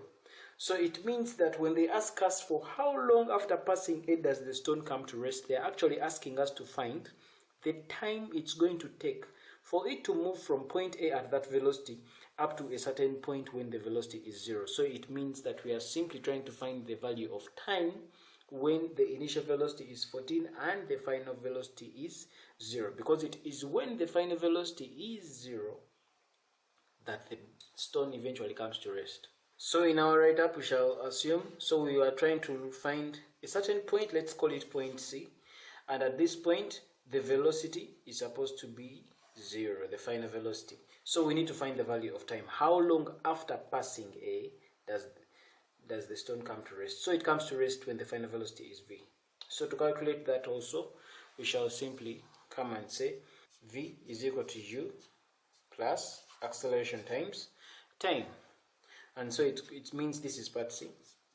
So meaning the final velocity here is 0, is going to be equal to the initial velocity.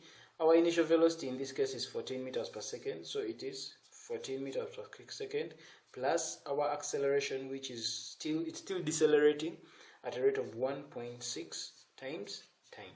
So we find the value of t. So this is going to mean when 14 comes here, it becomes negative 14, is going to give us negative 1.6 t.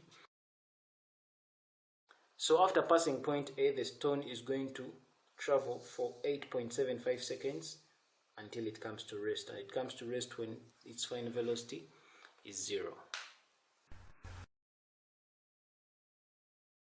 Start with a few further examples relating to motion in a straight line, and specifically we'll be dealing with motion that is having constant acceleration. We have a question here, and as usual, we have to first summarize our question diagrammatically so that we're able to have an overview of the question before we begin answering it. So in this question we're having, it goes that a particle is projected away from the origin or with an initial velocity of 0.25 meters per second. So we are having a particle, let's say if this is our origin, it is projected from this point with an initial velocity u of 0.25 meters per second. The particle travels in a straight line and it accelerates at 1.5 meters per second. So meaning its acceleration right there is 1.5 meters per second squared. Find part A, how far the particle is from O after 3 seconds. So we are required to find, let's say it has been moving from here, after here it moved for first second, then the third second. So when the time is 3, what is the distance? They are asking how far is the particle. So what is the distance when the particle is 3 seconds away? So of course here, from our equations of motion or of constant acceleration, those equations we derived earlier, we shall pick one of them that is suitable to help us get the answer, one that is having t, a, u, and is required, and s as well. So from that, we will know that we shall pick on this one, s is equal to ut plus a half at squared. We know that our initial velocity u is 0.25, so it's going to be 0.25 meters per second. Multiply that by the time, so the time taken to, the question wants us to find how far after 3 seconds from time. So it's times 3 plus, that's going to be times a half, times the acceleration, in this case which is 1.5 meters per second squared. Multiply that by time squared, which is 3 squared. We need to find the s. And of course there our value, the distance, when you sum it all that up, it's going to be 7.5 meters. So that's our answer to part A. So part B, they're asking us to find the distance traveled by the particle during the 4th second after projection. So it means that the particle has been moving from here for 4 seconds, but in the 4th second. Now there's a difference if they said find the distance traveled by the particle after 4 seconds, then that is different from saying the distance traveled by the particle during the 4th second. So here they want us to find the particle during the 4th second, not after the 4 seconds. So if we were being, so let's try and withdraw. So we'll try and redraw this. If I may redraw this, this is like this. That's the straight line. It's beginning with an initial velocity of 0.25. That is meters per second. And it is having an acceleration, it's moving with an acceleration 1.5 meters per second. So if it is moving on and on and on up to the 4th second, it means that at right here, the value, the time here is 0. So it moves, that's the 1st second, that's the 2nd second, that's the 3rd second, and that's the 4th second. What I'm trying to say here is simple, that at this point, the time there is 0. Here the time is 1. After 1 second, this is time 2. After 2 seconds, after 3 seconds, that is after 4 seconds. And of course, as it's moving after all these times, when the time is 1, 2, 3, 4, the distance covered is also corresponding. So this is the distance covered after 0 seconds at the beginning. Of course, there's no distance covered. This is the displacement after 1 second, the displacement of the distance after 2 seconds. This is the displacement after 3 seconds, and this is the displacement after 4 seconds. So if we are to find, when they ask us to find how much has been traveled, the distance traveled by the particle during the 4th second, it means that from 0 to 1, this is the distance covered in the 1st second. This is the distance covered in the 2nd second. This is the distance covered in the 3rd second. And this is the distance covered in the 4th second. So it means that for us to find the distance covered during the 4th second, which is running from this point to that point, it means that we can get the whole distance covered from the beginning. We can get the whole distance covered after 4 seconds. Then we get the distance covered after 3 seconds. Then when we subtract the 2, we're able to get the distance covered in the 4th second. If I'm to make that clearer using different colors, it means that we're going to first get the distance covered after 4 seconds, the distance from there after 4 seconds. Then afterwards, I will calculate and get the distance covered after 3 seconds. It stems from the beginning after 3 seconds right there. Then when we get this whole distance, subtract that distance, we're able to get the remaining part. And the remaining part is the distance covered in the 4th second, and that's what we want. So it means for us to be able to get the distance covered in the 4th second, like the question is requiring us to do, the formula is very simple. We shall call that, let's call that distance S. So to get the distance covered, let's call it S prime. So the distance covered in the 4th second is going to be equal to the distance covered after 4 seconds, which is S4, minus the distance covered after 3 seconds, which is S3. So now right now we need to find S4. What is S4? Meaning that S4 is going to be equal to UT plus a half AT squared. What is the initial velocity here? For the particle to cover up to the 4th seconds, initial velocity is 0.25. So 0.25 times the time is 4 seconds, plus a half, times the acceleration, which is 1.5, multiply that by time squared. The time is still 4. And of course our S4 is going to be, so now we get S3.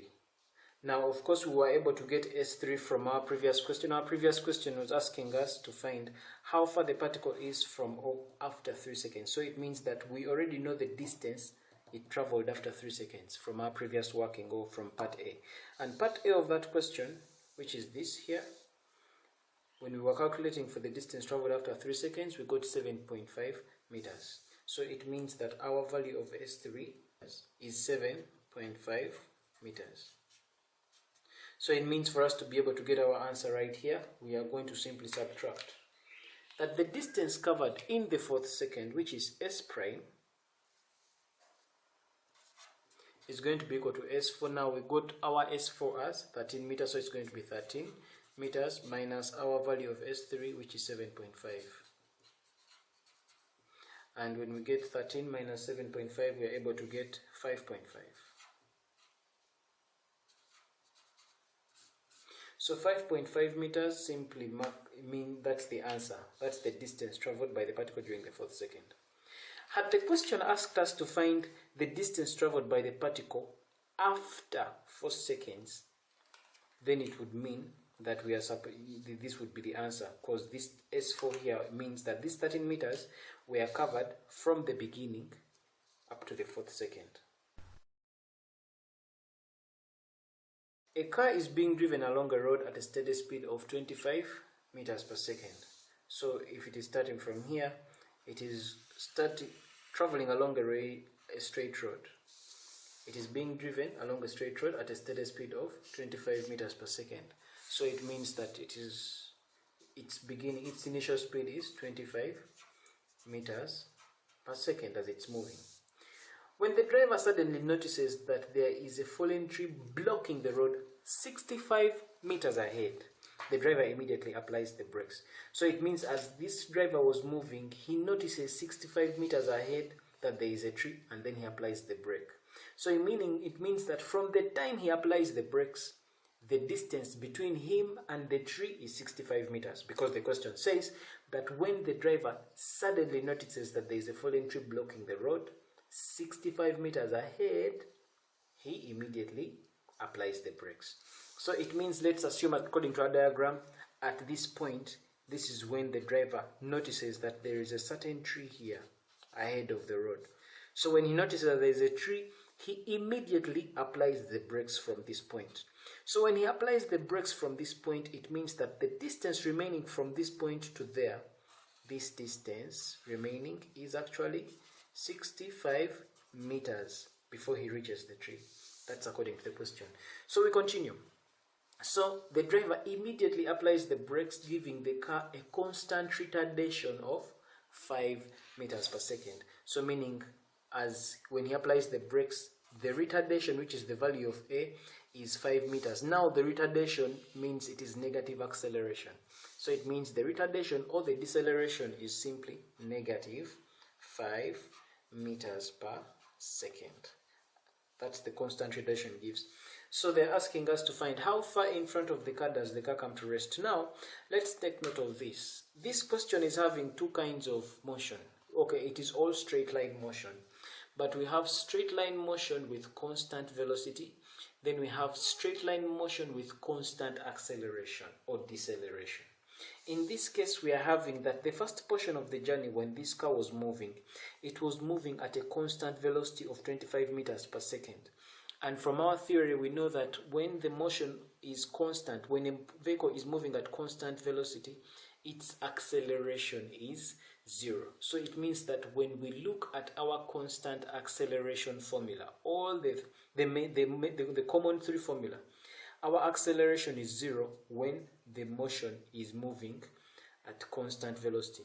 Then from here, the velocity that was previously constant starts varying until it drops to 0 because he applies the brakes. So when he applies the brakes, now the acceleration ceases to be 0, and now the acceleration it becomes constant. Now the acceleration is now reducing at a rate of at a rate of 5 meters per second.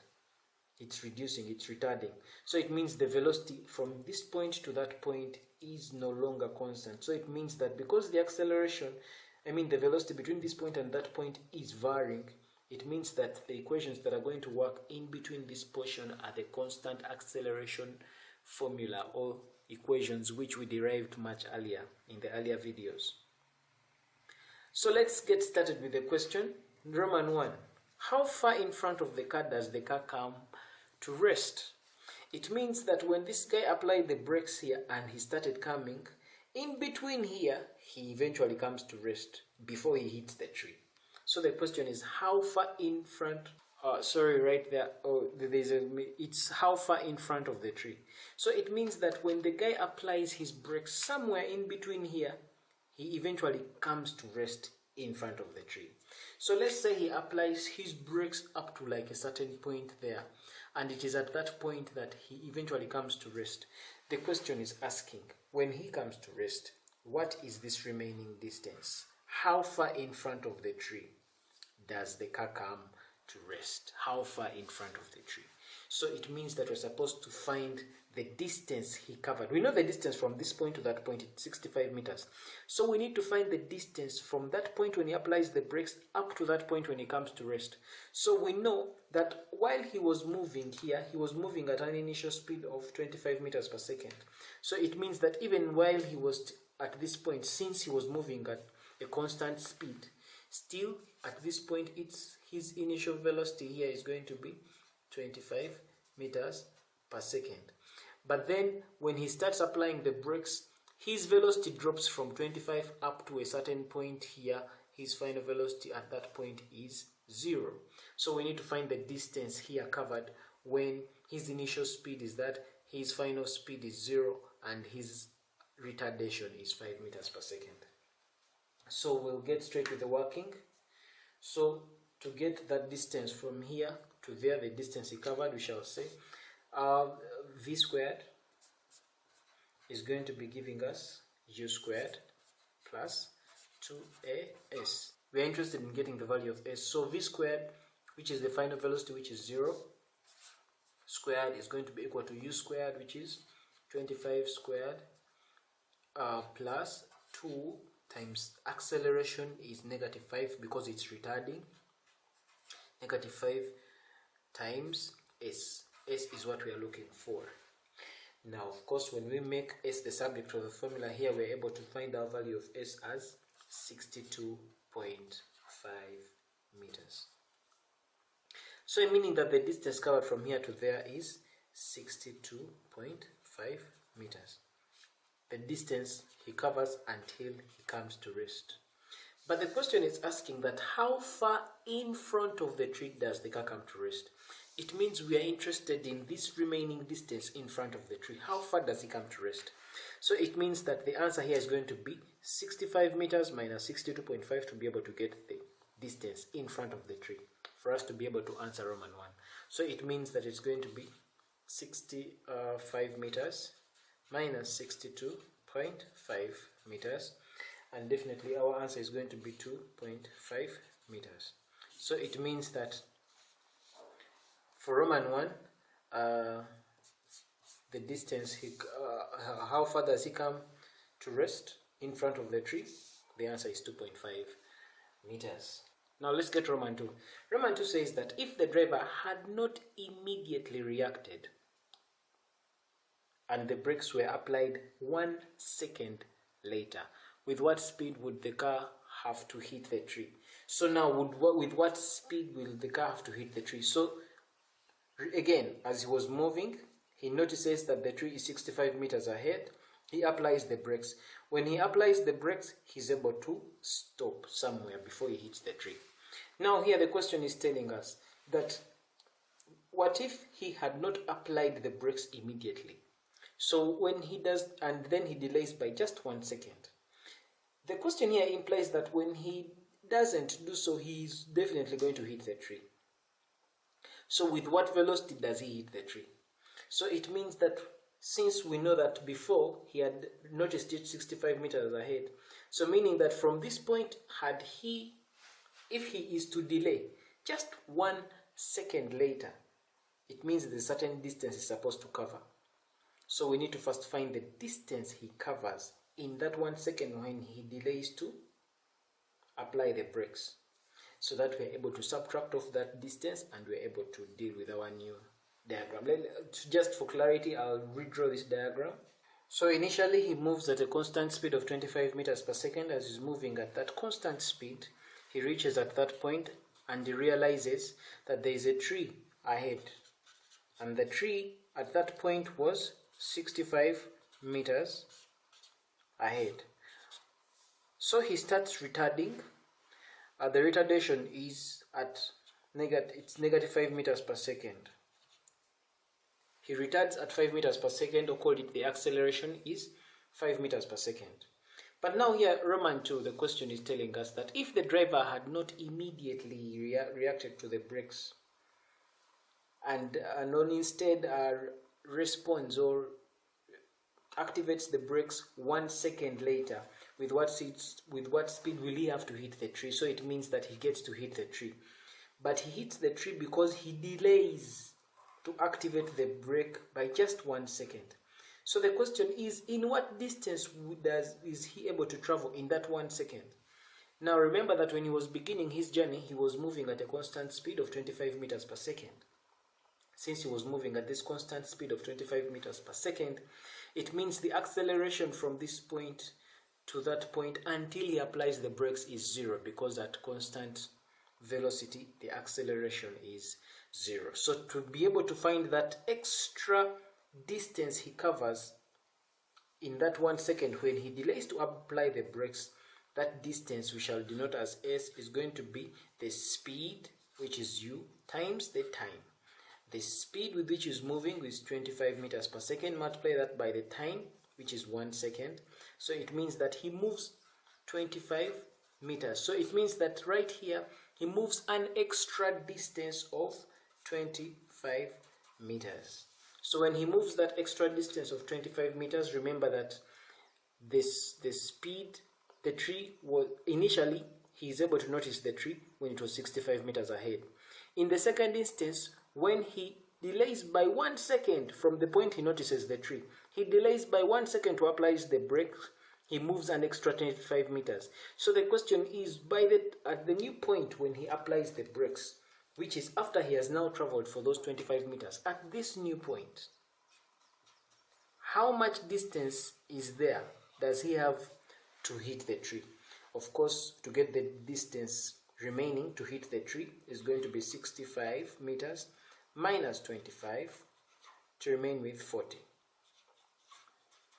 So meaning that from here to here you're having 40 meters remaining for him to hit the tree. And of course, while he is at that point, when he applies the brakes, the initial velocity is still the same. The initial velocity at that point, U, is going to still be 25 meters per second. And the final velocity with which he hits the tree, final V, is what we are looking for. And the acceleration is still going to be negative 5 meters per second. So our task here is to find the final velocity with which he hits the tree. So to get the final velocity V, still we are going to say V squared is going to be equal to U squared plus 2AS. That's going to be U squared, which is 25 squared, plus 2 times acceleration, which is negative 5. It's negative, meaning it's retarding. Times the distance. The distance is 40 meters to hit the tree, and the velocity with which he hits the tree is 50 meters per second. So that a motor car starting from rest, again we are going to summarize our question in a diagrammatic way. A motor car that is starting from rest and moving with uniform acceleration goes 9.5 meters in the 10th second after starting. So if we are to illustrate that diagrammatically, we have a motor car starting from rest, meaning that its initial velocity is 0, and it is going after 1 second, after 2 seconds, and then it continues into the 9th second, then into the 10th second. So it's telling us that it goes 9.5 meters in the 10th second. So it means that between there and there, this is the 10th, because from this is the first, the second, the third, the fourth, the fifth, the sixth, the seventh, the eighth, the ninth. Then the 10th second, it goes 9.5 meters in the 10th second after starting. Find the acceleration of the car. So they want you to find the acceleration of the car and the distance covered during 5 seconds from start. So after finding the acceleration, they want you to find the distance covered after 5 seconds, s subscript 5. Again, here the technique we are going to use is the fact that we know that it is moving 9.5 meters in the 10th second. So it means we are going to get the expression for the distance covered after 10 seconds minus the distance covered after 9 seconds, so that we are able to equate it to 9.5, and within there we are able to get our value of acceleration A. So it means in this case we are going to get the distance covered after 10 seconds, S10, is going to be equal to UT plus a half AT squared. But we know that U, initial velocity, is 0, so 0 times T, this whole thing is 0, plus a half, so it's going to be a half times acceleration, which you do not know which you're looking for, times time squared. T is 10. So it is 10 squared. So you'll find that your value of the S10, or the distance covered after 10 seconds, we'll call it the displacement after 10 seconds, is going to be 100 A over 2. So that is S10. So now let's go ahead and find the distance covered after 9 seconds. The expression for S9 is going to be equal to, still again, UT plus a half AT squared.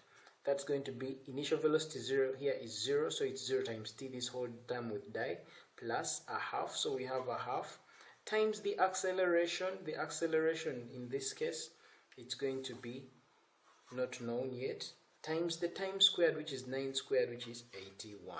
So we shall end up with 81A, divide all that by 2, that is S9. So we know that to get the distance covered after 10 seconds minus the distance covered after 9 seconds, we will be able to get the 9.5 meters. Or to make it more clearer for some of us who may not have gotten it yet, we have gotten the expression for how much have we moved after 10 seconds. We've moved from here, that's S10. Then the distance covered after 9 seconds is that, from here up to there. This is S9, like that. So to be able to get the 9.5 means we are going to get the distance covered after 10 seconds minus the distance covered after 9 seconds to be able to get the 9.5. So it means, in simple terms, this simply means that S10 minus S9 is equal to 9.5, and from that expression we are able to get our value of acceleration. So S10 is 100A over 2 minus S9, which is 81A over 2, giving us 9.5. Of course, when we work it out, we shall end up with our acceleration being 1.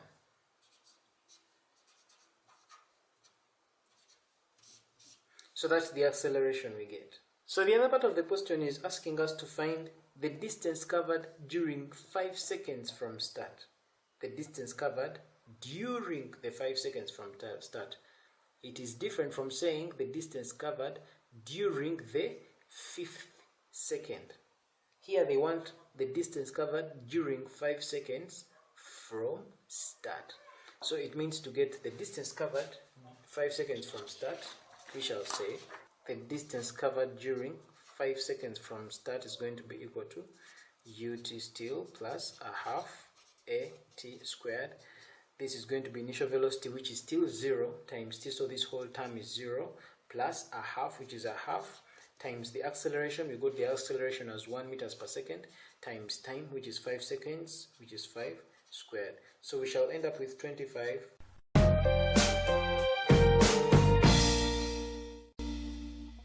Summarize it diagrammatically. A particle travels in a straight line with uniform acceleration. So the catchword there is uniform acceleration. So meaning you know that you're going to apply the uniform acceleration formula. He's traveling in a straight line with uniform acceleration. The particle passes through points A. So let's call this point A, point B, and then point C. In that order, at time t is equal to 0, 2, and 5 respectively. So at time is equal to t is equal to 0, t is equal to 2, and t when t is 5. So when the time is 0, when the time is 2 seconds, and the time is 5 seconds respectively. So if BC is 30 meters from here to here, it's 30 meters. If BC is 30 meters and the speed at B is 7 meters per second, so the speed at B, let's call it final velocity V is 7 meters per second. Find the acceleration of the particle and its speed when at A. So they want you to find the initial velocity here, and also that is the speed at A. Of course, the speed at A is the initial velocity. So they want you to find the initial velocity, and also they want you to find the acceleration of the particle. So they also want you to find the acceleration of the particle. Now, already in some part of our information, we've been told that between B and C, the object covers 30 meters. So we can use this to find our value of A, the acceleration. We know that we are going to get the expression for distance from A to C, subtract the expression for distance from A to B, because SC minus SB gives us 30 meters. So let's look at the distance covered at C. We shall call it the distance covered at C. SC is going to be given by, of course, we shall be using UT plus a half AT squared.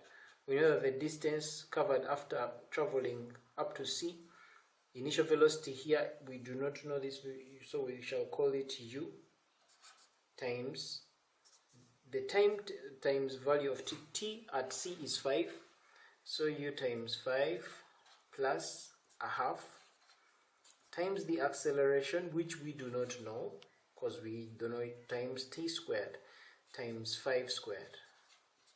Of course, here we are going to end up with 5u plus a half times, this is 5 squared, is going to be 25a. So a half times 25a, so this is like 25a, divide that by 2. So this is distance covered after reaching point C. So let's also get the distance covered at B. SB, distance covered at B, is going to be equal to still UT plus a half AT squared. The initial velocity, of course, it's not known, it's going to be U times T. The T at B is 2, so it's 2, U times 2 plus a half times the acceleration, which we still do not know, times time squared. The time is 2, at the point B time is 2, so it means that it's 2 squared. And so we shall end up with our SB as 2U plus 2A. So we have our expression for SB, we have our expression for SC, and we know that SC minus SB is giving us 30 meters. So we shall say that the distance covered after C minus the distance covered after B gives us 30 meters. So SC is going to be 5U plus 25 over 2 is 12.5A minus SB, which is 2U plus 2A, is going to give us 30 meters. And so we are going to get an expression in U and A. So this becomes 5U minus 2U is 3U.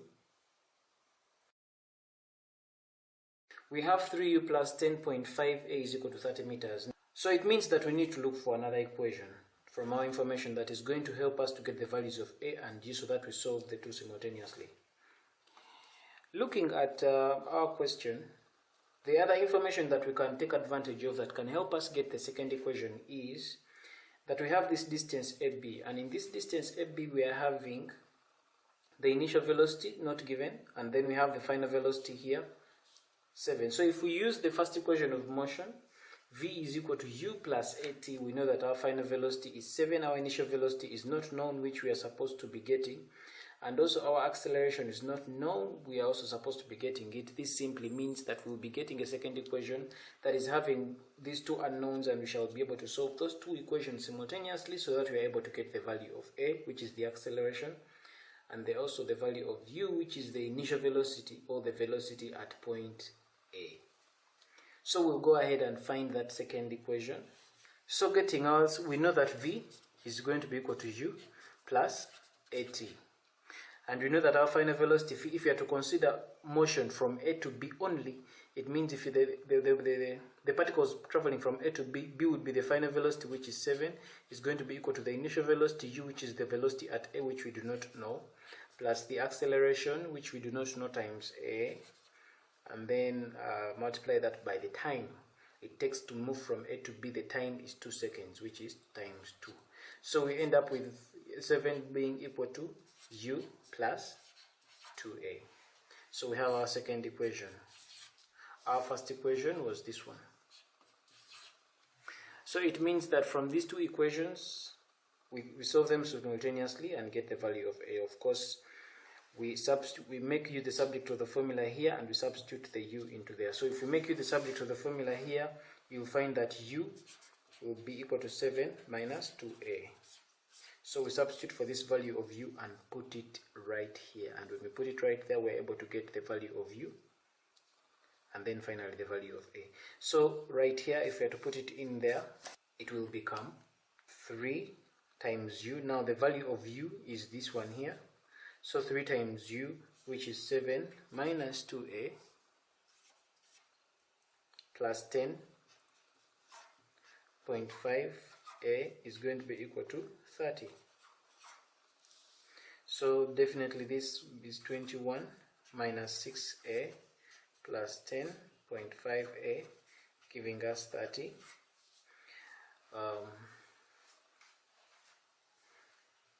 Negative 6 plus 10.5a is going to give us 4.5a, is going to give us 30 minus 21, giving us 9.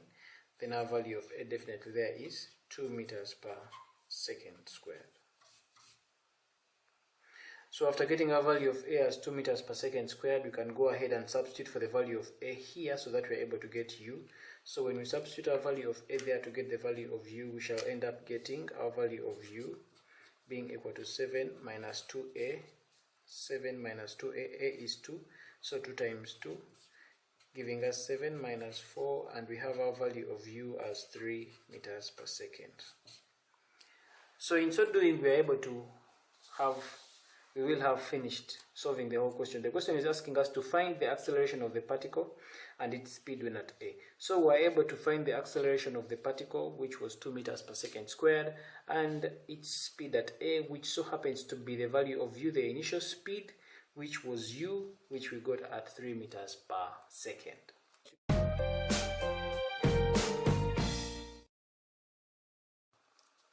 Today we get to look at motion under gravity, and motion under gravity is still straight line motion. It means that even as we are dealing with motion under gravity, we are still going to use the 3 equations of motion, or call them the equations of constant acceleration. The 3 that are very common. Of course, in our previous videos we derived 5, but there are 3 that are very commonly used. Now it is still going to be motion in a straight line. The only difference here is that our acceleration is acceleration due to gravity. Now, when dealing with motion under the influence of gravity, it is presumed, or we shall assume, that we are not experiencing any kind of air resistance. And so, because we are not experiencing any air resistance, that is, in our presumption, it would simply mean that the object is falling freely under the influence of gravity. Now, gravity varies from place to place depending on where you are on the earth. In some places, gravity is 10 meters per second, in others it is 9.8. Now, for the purposes for this video, we shall take our value of gravity, or the acceleration due to gravity, to be 9.8 meters per second. Now, just like we had earlier derived our equations of motion, or our uniform acceleration formula.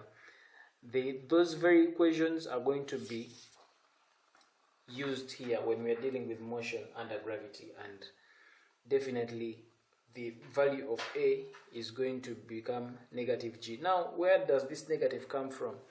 We all know that because we are on the earth, we are attracted. There is a force that pulls us towards the earth, which we call the gravitational force.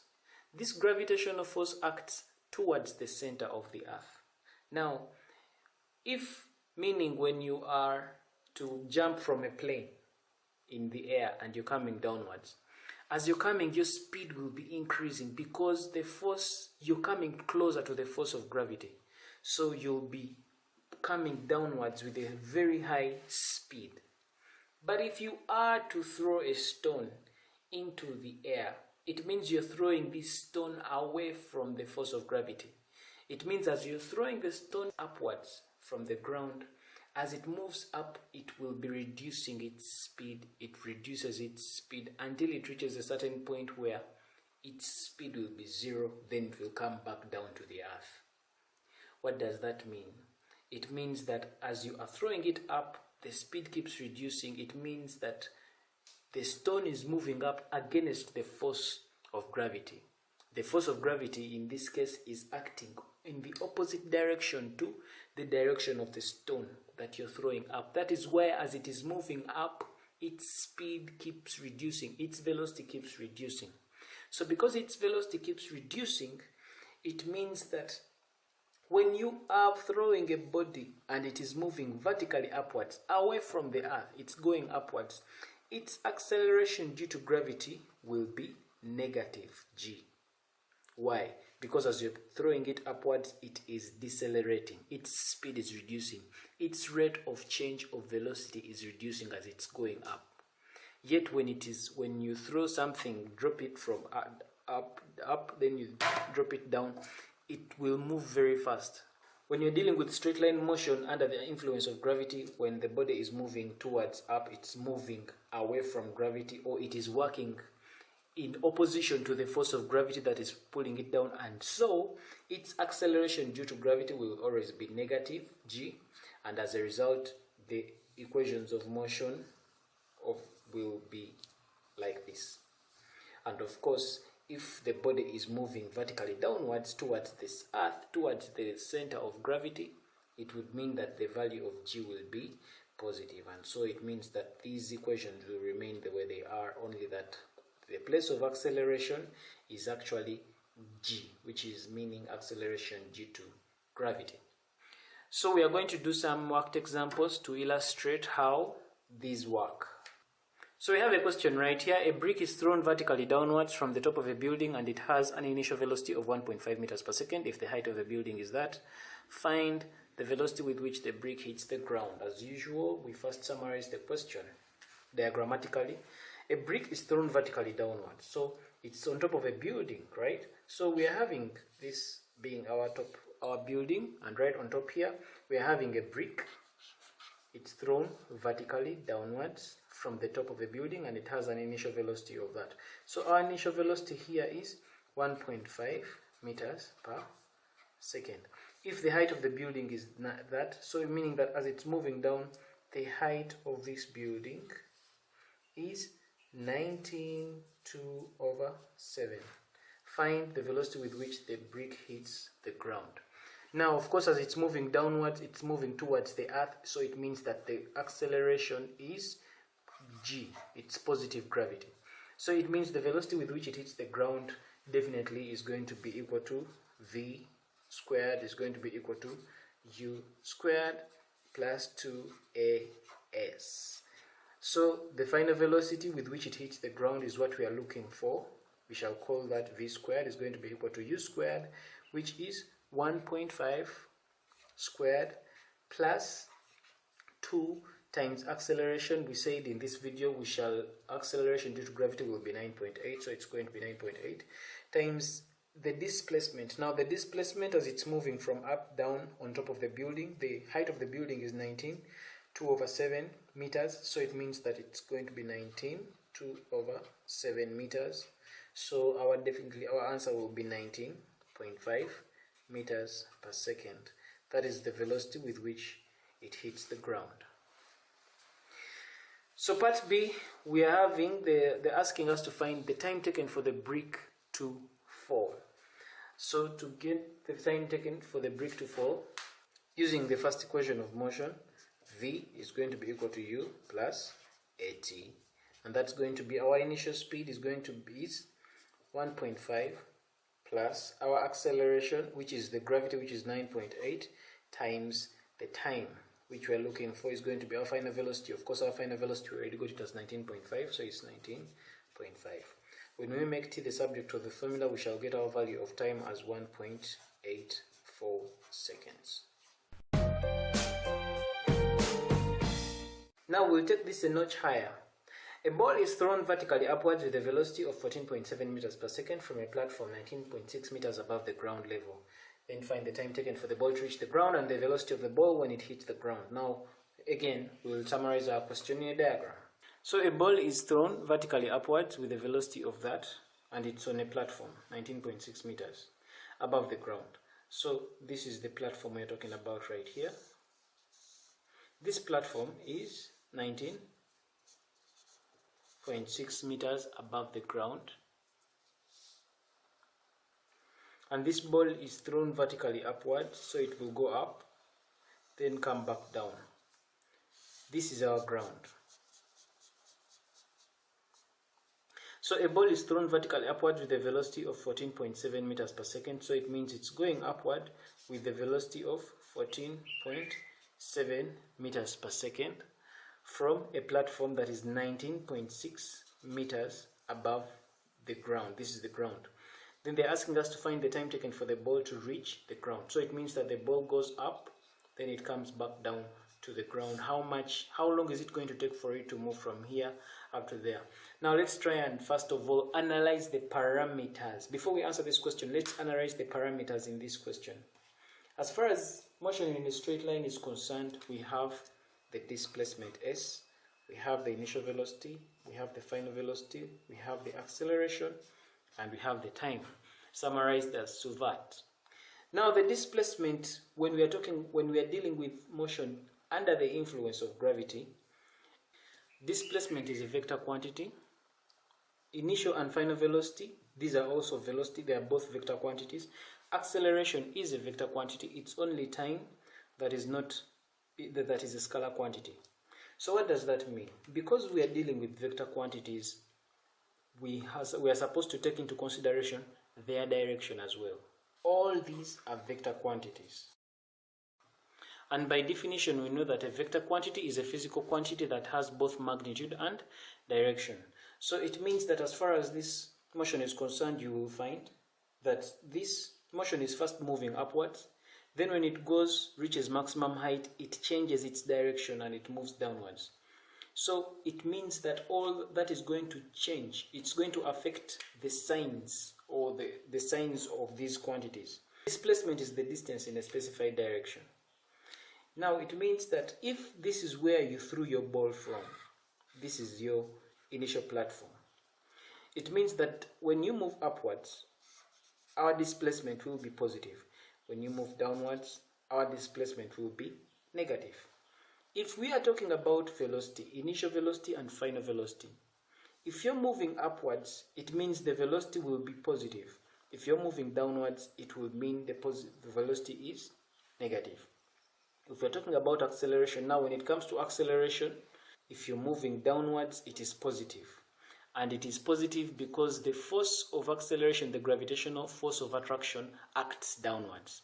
So the acceleration is positive downwards, but when you move upwards, it means you're moving against the force of attraction or against gravity.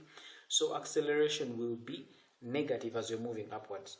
So it means that in numbers like this, where the direction of the motion is changing, we will have to respect the signs on these parameters. Now, speaking of acceleration, because this thing is moving upwards, the acceleration is going to be negative all through. How? This is the explanation. Let's consider, let's say the ball is moving from that point to that point. So it's moving up. It means that here our initial velocity is a positive. Here our final velocity is also positive as it's moving from here to there, moving upwards. So what is the sign on the acceleration as it moves up?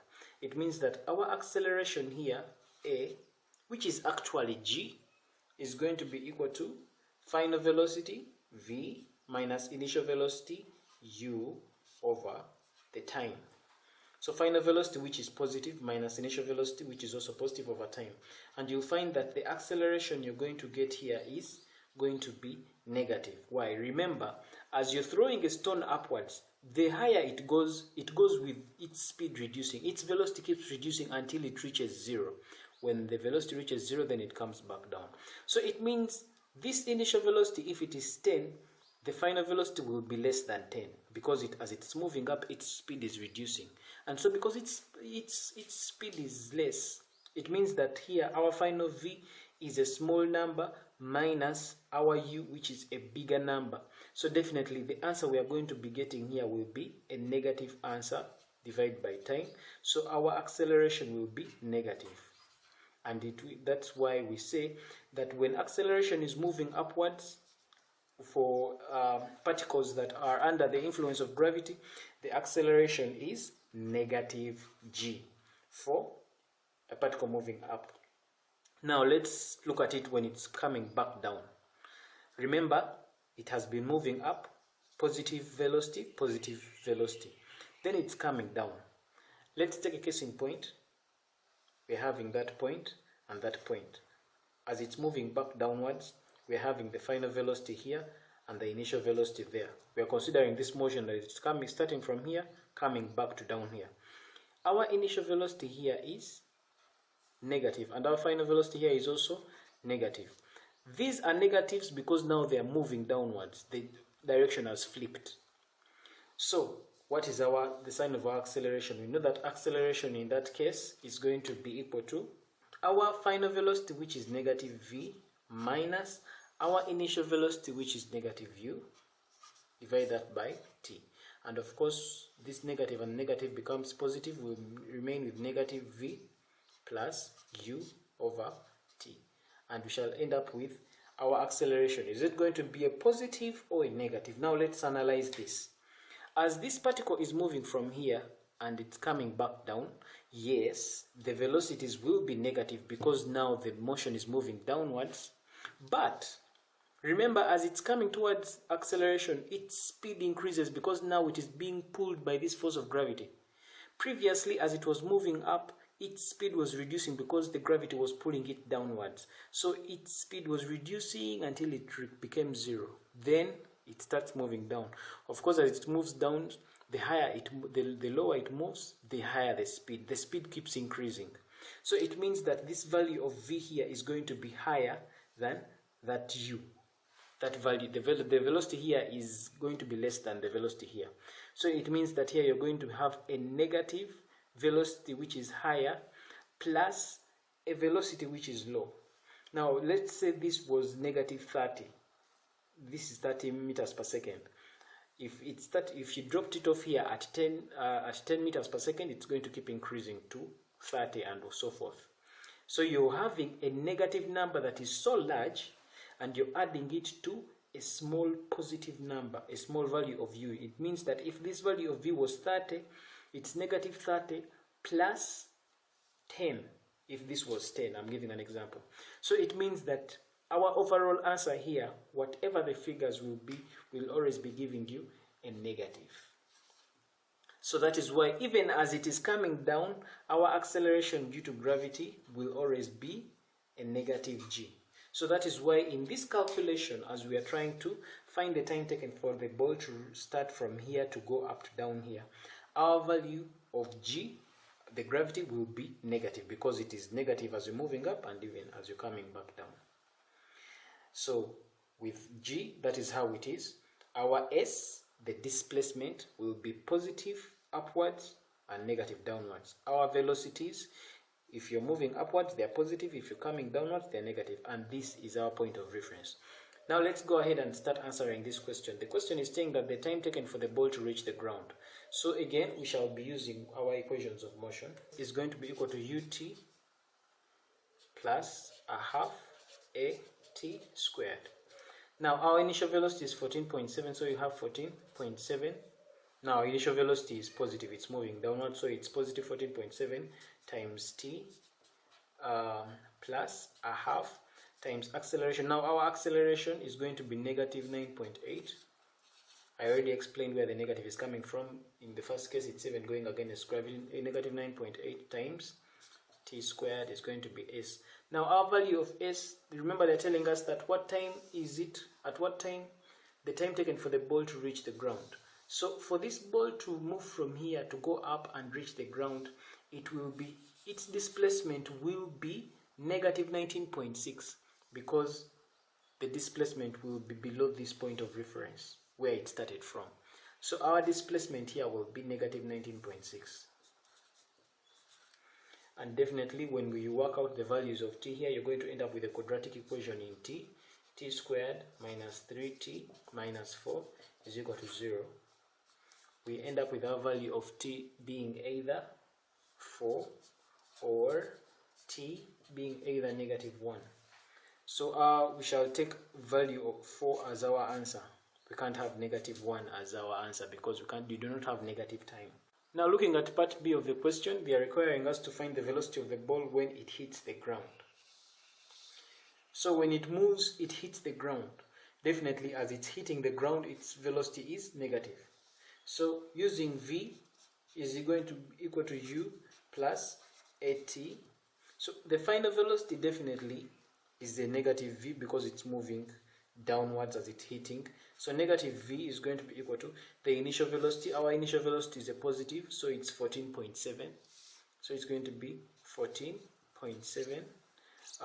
The acceleration, remember, is negative 9.8. So it's going to be minus 9.8 times the time.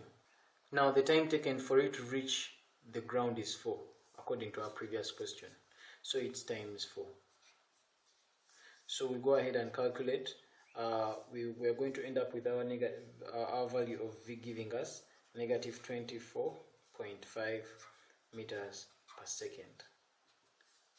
Now, of course, this negative here simply signifies that the ball is acting downwards. So the velocity with which it hits the ground is 24. So a particle is projected upwards with a velocity of 34.3 meters per second. Find how long after projection the particle is at a height of 49 meters above the point of projection for the first time and for the second time. So we'll summarize our question again. The particle is projected upwards with a velocity of 34.3 meters per second. So our initial velocity here is 34.3 meters per second. So find how long after projection. They're asking for the time. How long after projection the particle is at a height of 49 meters above the point of projection. So this is the point of projection. So let's say this is 49 meters. This is the 49 meters above the point of projection. This is our point of projection. So after how long? So it means that as this particle goes up and comes down, you realize that as it's moving up, it will be 49 meters above the point of projection for the first time. Then it will reach maximum height and probably come back. As it's coming back down, again it will be 49 meters above the point of projection the second time. So the question is asking us to find the time when it is there the first time and when it is there the second time. As simple as that. So again, our value of g, since it's moving upwards, our value of acceleration is definitely negative g. So we shall go ahead and say our displacement s is going to be equal to ut plus a half at squared. The displacement in question here is 49 meters. So 49 meters is going to be equal to initial velocity u, which is 34.3 times the time. That is plus a half a our acceleration is negative 9.8 times t squared. When you rearrange this equation, you're going to end up with a quadratic equation. And that quadratic equation, solving that quadratic equation gives you t minus 5. The roots are 5 and 2. So the values of time is going to be equal to 5, or t is going to be equal to 2. So to answer the question, it simply means that as this particle was moving upwards, the first time it will be 49 meters above the point of projection will be 2 seconds. So that answers part A. Then the second time it will be 49 meters above the point of projection is 5 seconds, and that answers part B. Today we get to look at how we represent straight line motion graphically. Now there are basically two things that we will be looking at as far as graphical representation of straight line motion is concerned. We will look at velocity time graphs, and while we are representing this motion on a velocity time graph, we all know that the area under the velocity time graph represents the distance covered by that particle that is moving. For example, when we look at this, if we want to find the distance covered by this particle as it's moving from this point probably up to right there, we are simply going to get the area under this trapezium right here plus this area, or we'll look at the area of this whole thing. Secondly, when we are dealing with graphical representation of motion in a straight line, we all know that the velocity time graph produces a graph whose gradient gives us the acceleration. So if you have to look at, for example, point AB, if you are to get the gradient of point AB, we have this particle, for example, it's moving from point A to point B. At point A, this is the initial velocity. It moves to point B, a new velocity we shall call the final velocity. This point A to point B is moving from a point from point 0 seconds to a certain time t seconds.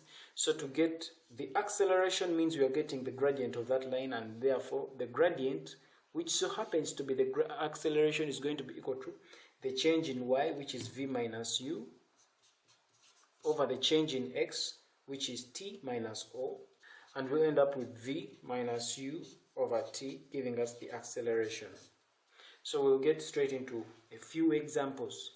Each of the following velocity time graphs are for a body which starts from rest, accelerates uniformly at a particular velocity, maintains that velocity for a period of time, and then retards to rest. So in each case, find the acceleration during the initial part of the motion, the retardation during the final part of the motion, and the total distance traveled by the body during the motion. So these are the graphs we are talking about right here. So they're asking us, in these three graphs, in each case, find the acceleration during the initial part of the motion. So now this is the initial part. We're looking at this graph. The initial part of the motion is this one. Looking at this graph, this is the initial part of the motion. Now the acceleration during the initial part of the motion simply means that we are going to find the gradient of that part, the gradient of that initial part of the motion. So it means in this case, we are simply going to say that the gradient of O, as the motion is moving from this point to that point, which is the acceleration, is going to be change in y, which is final velocity minus initial velocity, which is 6 minus 0. Divide that by the change in x, which is the final time, 3, minus the initial time, which is 0. So we end up with 6 over 3, giving us 2 meters per second squared. That's the acceleration here. And the acceleration for this part, it's still, we are going to get it, we can get it the same way, or we can get it using a different way. We can use the first equation of motion. If you look at the first part, an object moves from here up to there. It means that as far as that portion, the first portion of the equation, the motion is concerned, 0 is the initial velocity. Our initial velocity, u, is equal to 0. Our final velocity is equal to 4, and it means that our time taken to move from here to here is 1 second. So we can use the first equation of motion, which is v is equal to u plus at. That's going to be our final velocity here is 4, is going to be equal to initial velocity u, which is 0, plus acceleration, which we are looking for, times time, which is 1. So we mean that we will find that our acceleration here is 4. So acceleration is 4. So this same method here, we can still employ it even here. It's the same thing. That you look at the first portion of the motion. This is 0 is your initial velocity, 6 is your final velocity v. Then you're looking for a, then the time t is 3 seconds, and you're able to get your acceleration as 2 meters per second. So Roman 2, they're asking us to find the retardation during the final part of the motion. Now if you look at this graph, the final part of the motion is that, even this one, the final part of the motion is this one. Now it is retardation. Remember, retardation is negative acceleration. So it means we are going to employ the same method. We are simply going to find the gradient of that line to be able to find the retardation. Again, we can use the first equation of motion, because if you look at this final part of the motion from here to here, the initial velocity there is 6. So it means that our initial velocity u is 6. Our final velocity is 0. So our final velocity is equal to 0, and it's moving from 7 to 9. The time taken from 7 to 9 is 9 minus 7 is 2 seconds. So the time taken there is 2 seconds. So to find our retardation, which is negative acceleration, we shall simply say v is going to be equal to u plus at. What is our value of v? 0 is going to be equal to initial velocity, which is 6, plus a, which we are looking for, times time, which is 2. So you'll find that this is 2a plus 6 is equal to 0. When 6 comes this way, you remain with negative 6 is equal to 2a. Divide both sides by 2, and you will end up with your value of a as negative 3. So the negative definitely signifies that the acceleration is retarding. It's retardation, actually. That's what the negative signifies. So just like we are just doing this, it's the same method we will be employing here to find the retardation. Or you can just find the gradient of this line to find the retardation. Either way, you'll be able to get the answer. Then Roman 3, the total distance traveled by the body during motion. Now we say that the total distance traveled by a body for a velocity time graph, the area under the graph is what is representing the total distance traveled. So in this case, we will be finding the area of this. This is a trapezium.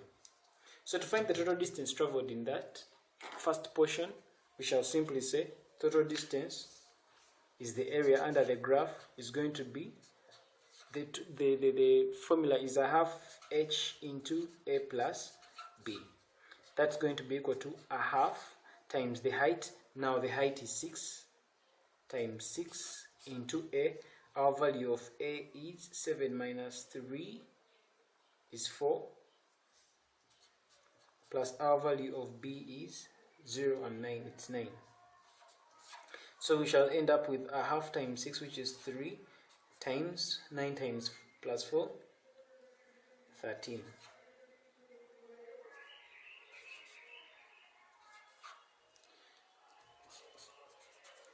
So for our first graph, it's going to be 39 meters. That's the distance traveled. It's going to be with the same formula that we shall use to find the total distance covered in the second graph. It is very simple. It's going to be a half h into a plus b, because this is the area under a trapezium. Now our height definitely is 4. Our value of a is that distance from there up to there, which is 4 minus 1, which is 3, because the distance from here is 3. Then our value of b is that line there, which is 7. So when we substitute in, we are able to get the distance covered by the motion in the second graph. In a nutshell, this question is requiring us to express the value of t as t is equal to 9x over u. So they're asking us to make a sketch of the velocity time graph of this information for the motion and show that capital T is equal to 9x over u. So let's get started. Two stations A and B are a distance 6x meters apart. A train starts from rest at A. So it means that if it's going to start from rest at point A, it means that its initial velocity is 0. That's what we mean when a body starts from rest. Its velocity is 0. So it starts from rest at A and accelerates uniformly to a speed u meters per second. So from right here, if it's accelerating uniformly, remember by definition from our theory that acceleration is the rate of change of velocity. So it means that if an object is accelerating uniformly, it means that the rate of change of velocity is uniform. It means the rate at which velocity is changing is uniform. So it means that it accelerates uniformly up to a certain speed, u meters per second. So it means it's going to accelerate up to a certain speed, u. Of course, when we are talking about speed, speed is just a scalar quantity. Velocity is just speed within a specified direction. So its speed is u meters per second, covering a distance of x meters. So it means that it moves from here to here. The area under this graph represents the distance covered. And so the distance covered is x meters. So the distance covered here is x meters. So the question continues.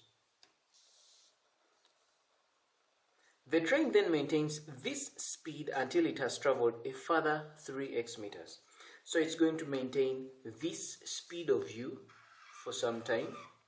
But while it's maintaining this speed, it travels 3x meters, a further 3x meters. So it means that the area under the graph from the point it started maintaining this speed to where it stops, here the speed maintained here is 3x meters. So it means the area under that portion of the graph is 3x meters. Then the question continues to say it then retards uniformly to rest at B. Then so meaning right here it's going to retard to rest. When it's retarding to rest, it means that it retards to a point where its velocity is 0. So it means that it's going to retard back to u is equal to 0. It retards to velocity is equal to 0. It retards to rest. And the question says that it retards uniformly to rest at B. So it's going to retard uniformly to rest at point B. So make a sketch of the velocity time graph for the motion. We've already done that. This is the velocity time graph representing the motion. And show that if capital T is the time taken for the train to travel from A to B, so meaning that this was where it started from, this is where it ended. So it means that capital T is this. Capital T is this right here. From here to here is capital T. Because according to the question, they're telling us that if capital T is the time taken for the train to travel from A to B, then capital T is equal to 9x over u. So if capital T is from this point to that point, then we are supposed to show that capital T is equal to 9x over u. So we are going to use the information we have to show that capital T is going to be equal to 9x over u. So let's start answering the question. The area under a velocity time graph represents the distance covered by that particle that we are dealing with. Now, if we may go back to our question a little bit, we are being told that these two stations A and B are 6x meters apart. If they are 6x meters apart, it means that the total area under this whole region is 6x. Meaning that if we get the area of this portion plus the area of that portion plus the area of this portion, we are destined to get 6x, because that is the total distance covered from this point to that point. So it means that if we are to say the total distance covered between A and B is going to be equal to the total area under this, we are able to try and get to this expression. So we'll begin by saying, so the total distance covered is equivalent to the area under the velocity time graph.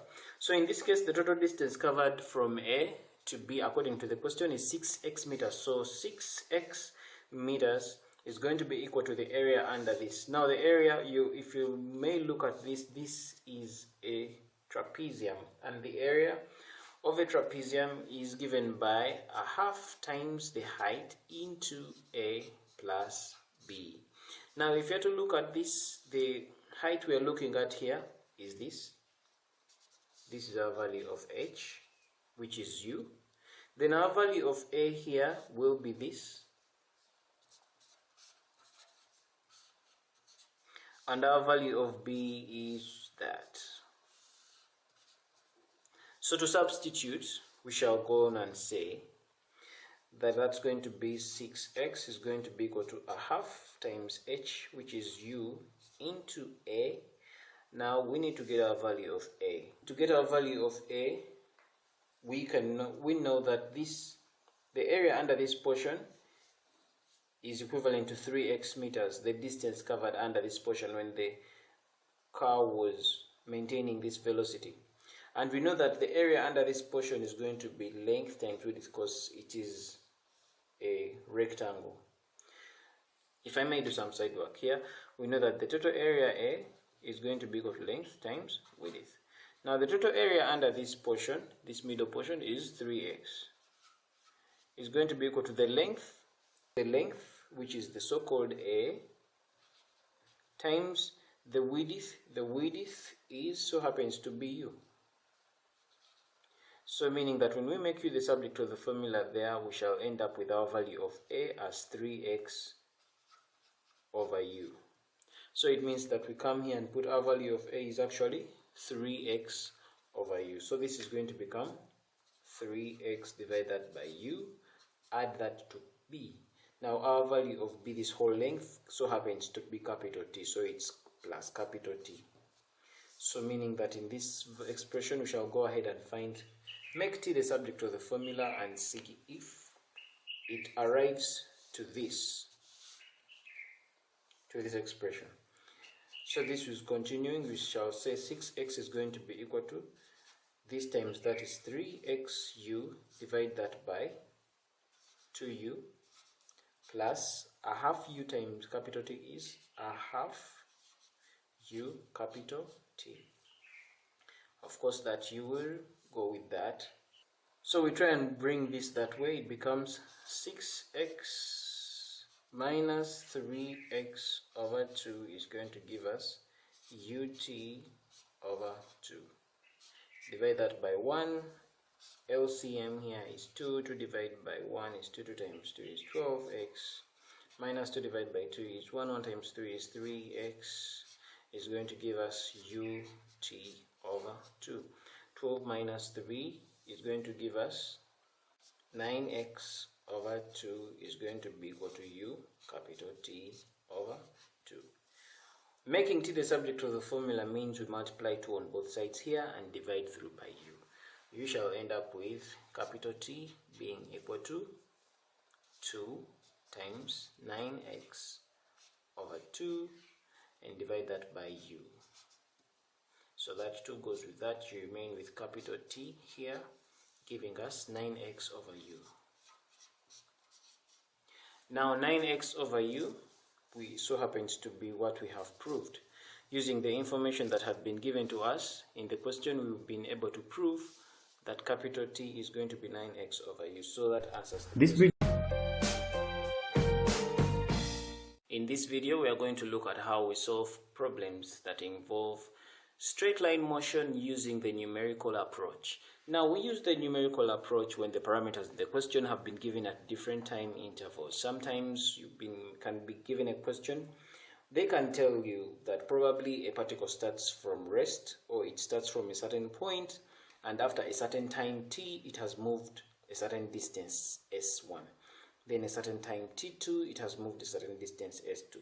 So you'll find that the distance moved here is probably not the same as this, or if they are the same, probably the velocity, the acceleration between the velocity between this point and that point is not the same as the velocity between this point and that point. That kind of thing. We are going to look at examples to look at how it comes out. Now the whole point here is that if the information has been given to you in that kind of format, let's say you're having after t1 a particle covers a certain distance s1, maybe after t3 a certain distance s3 has been covered. If you've been given the information in that kind of format, it means that you are going to analyze each and every interval. You're going to look at the question in terms of interval by interval for you to be able to get the acceleration, because right here, much as the information has been given to you interval by interval, here we are looking at constant acceleration. So it means that the acceleration is going to be the same. So it means that our main issue here is to be able to find the acceleration. if we are to be able to find the acceleration throughout this whole motion, this straight line motion, then we can get the initial velocity, the final velocity, and so on and so forth. So we will be able to, in this case, we shall be analyzing interval by interval. Let's say we want to find the acceleration. So we'll look at the initial interval from t0 to t1. The initial interval, we will get the average velocity in this initial interval and the average time. Then we shall get to the next interval. We'll get the velocity between this interval and the time. And then now that we have the velocity in this interval, we have the velocity in this interval, and we have the average time in this interval and the average time in that interval, then we can use these two intervals to get the acceleration of this whole straight line motion.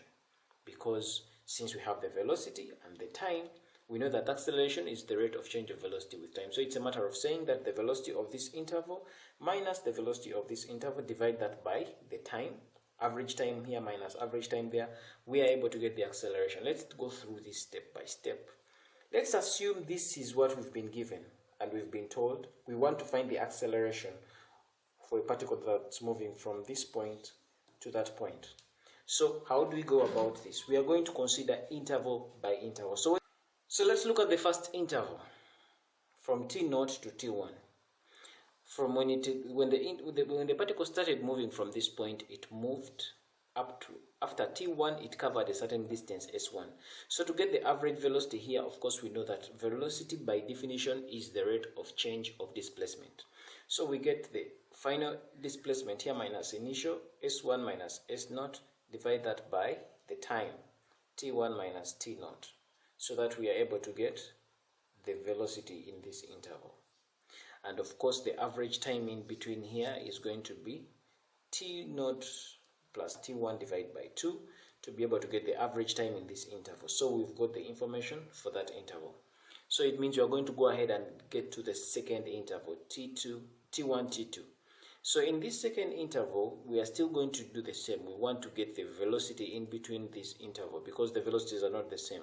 And by definition, from our theory, we know that the rate of change of displacement equals velocity. So meaning that to get our velocity in the second interval, it's going to be s2 minus s1, divide that by t2 minus t1.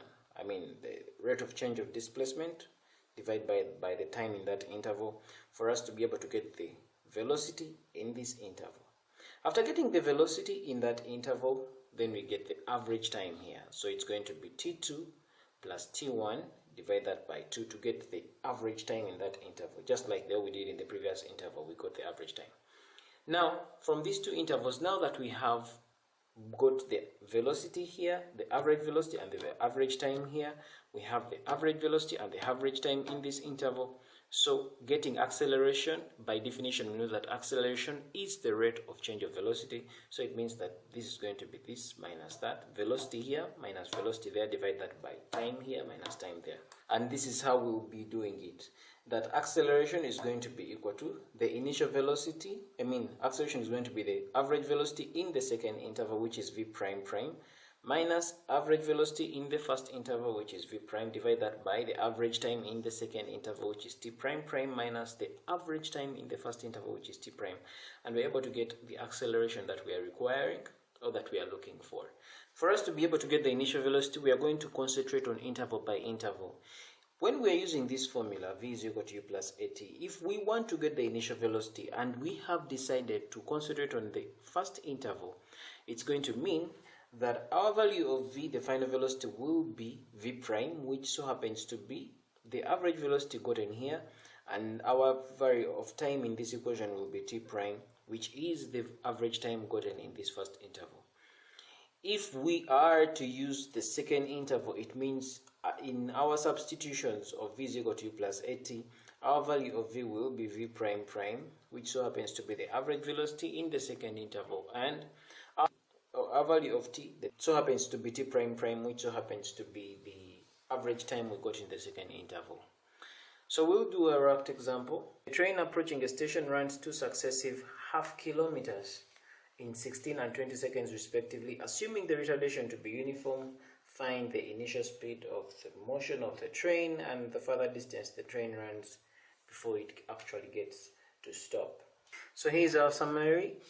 That's the straight line motion of the train. Of the train. A train is approaching a station. It is going to run 2 successive half kilometers in 16 and 20 seconds. So it's going to run 2 successive half kilometers, and we know now half kilometer has got 500 meters. So we have the first half a kilometer, which is 500 meters. We shall use 500 meters. We are converting the kilometers to meters. So this is half kilometer, of course. And that is half kilometer.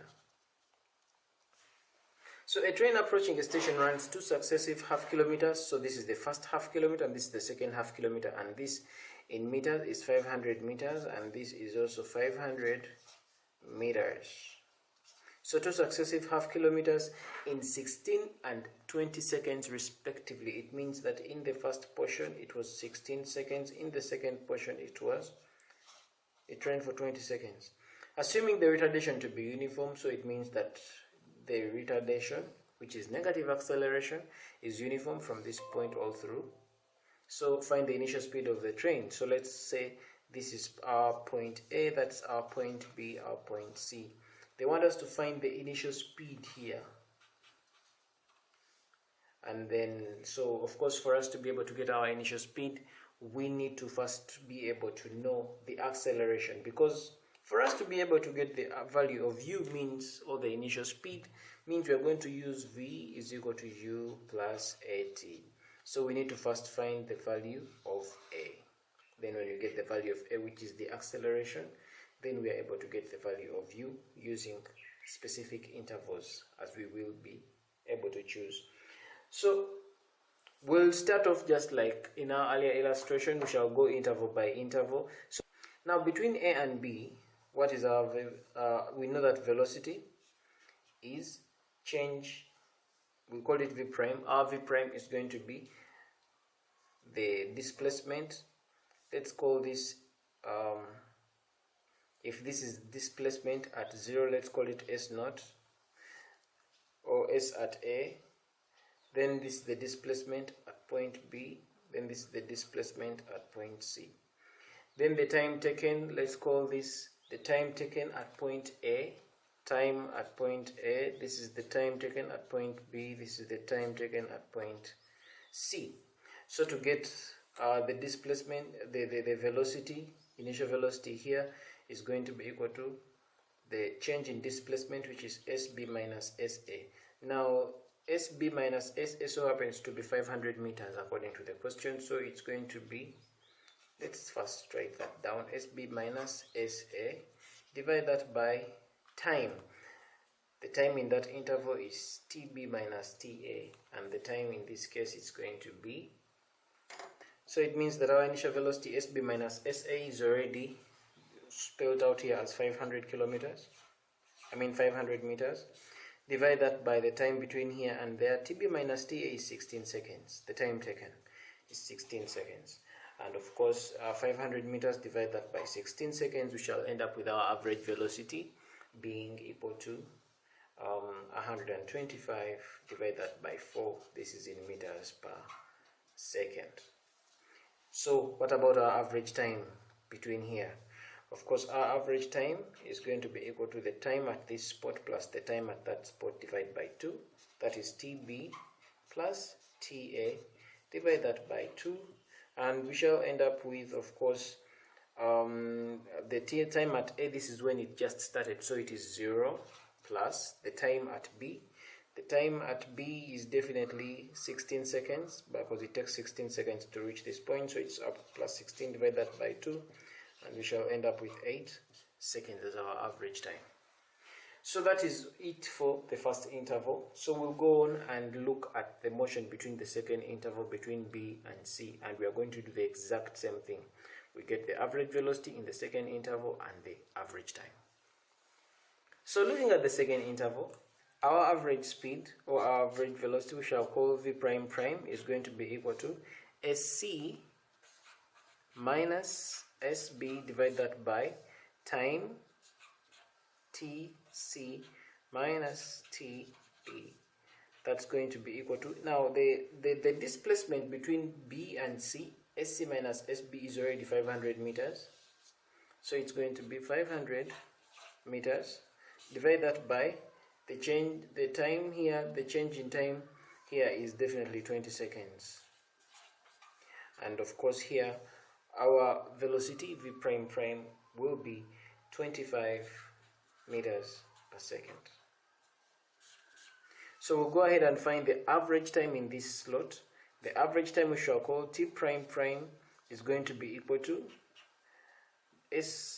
the time at B plus time taken to reach C, divide that by 2. So the time taken to reach B is 16 seconds. Add that to the time taken to reach C, it means from A up to C is going to be 16 plus 20, which is 36. Divide that by 2, and definitely our answer there for average time is going to be 26 seconds. So we've already finished getting our average speed and average time for the second interval. So after getting those two, we can go ahead and now get our acceleration, because the question requires us to find the initial speed of the train, but we can't get the initial speed when we do not have the acceleration. So first we'll get the acceleration. So the acceleration in this case will be equal to, is going to be the rate of change of velocity. So it's going to be v prime prime minus v prime, divide that by t prime prime minus t prime. And in this case our v prime prime we got as 25 minus v prime. Our v prime is 125 over 4.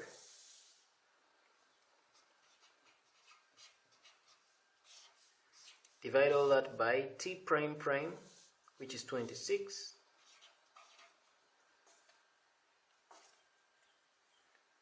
Divide that minus t prime, which so happens to be 8 seconds. And our answer for that, we'll get our acceleration as negative 25 over 72 meters per second squared. That's our value for acceleration. Now that we have our value for acceleration, we can go ahead and find our value of u, the initial velocity, which is required of us to find in the question. But now to get our value of u, you're either going to concentrate on the first interval or the second interval. If we are to concentrate on the first interval, that is between a and b, and we are going to use v is equal to u plus at, what is going to be our answer?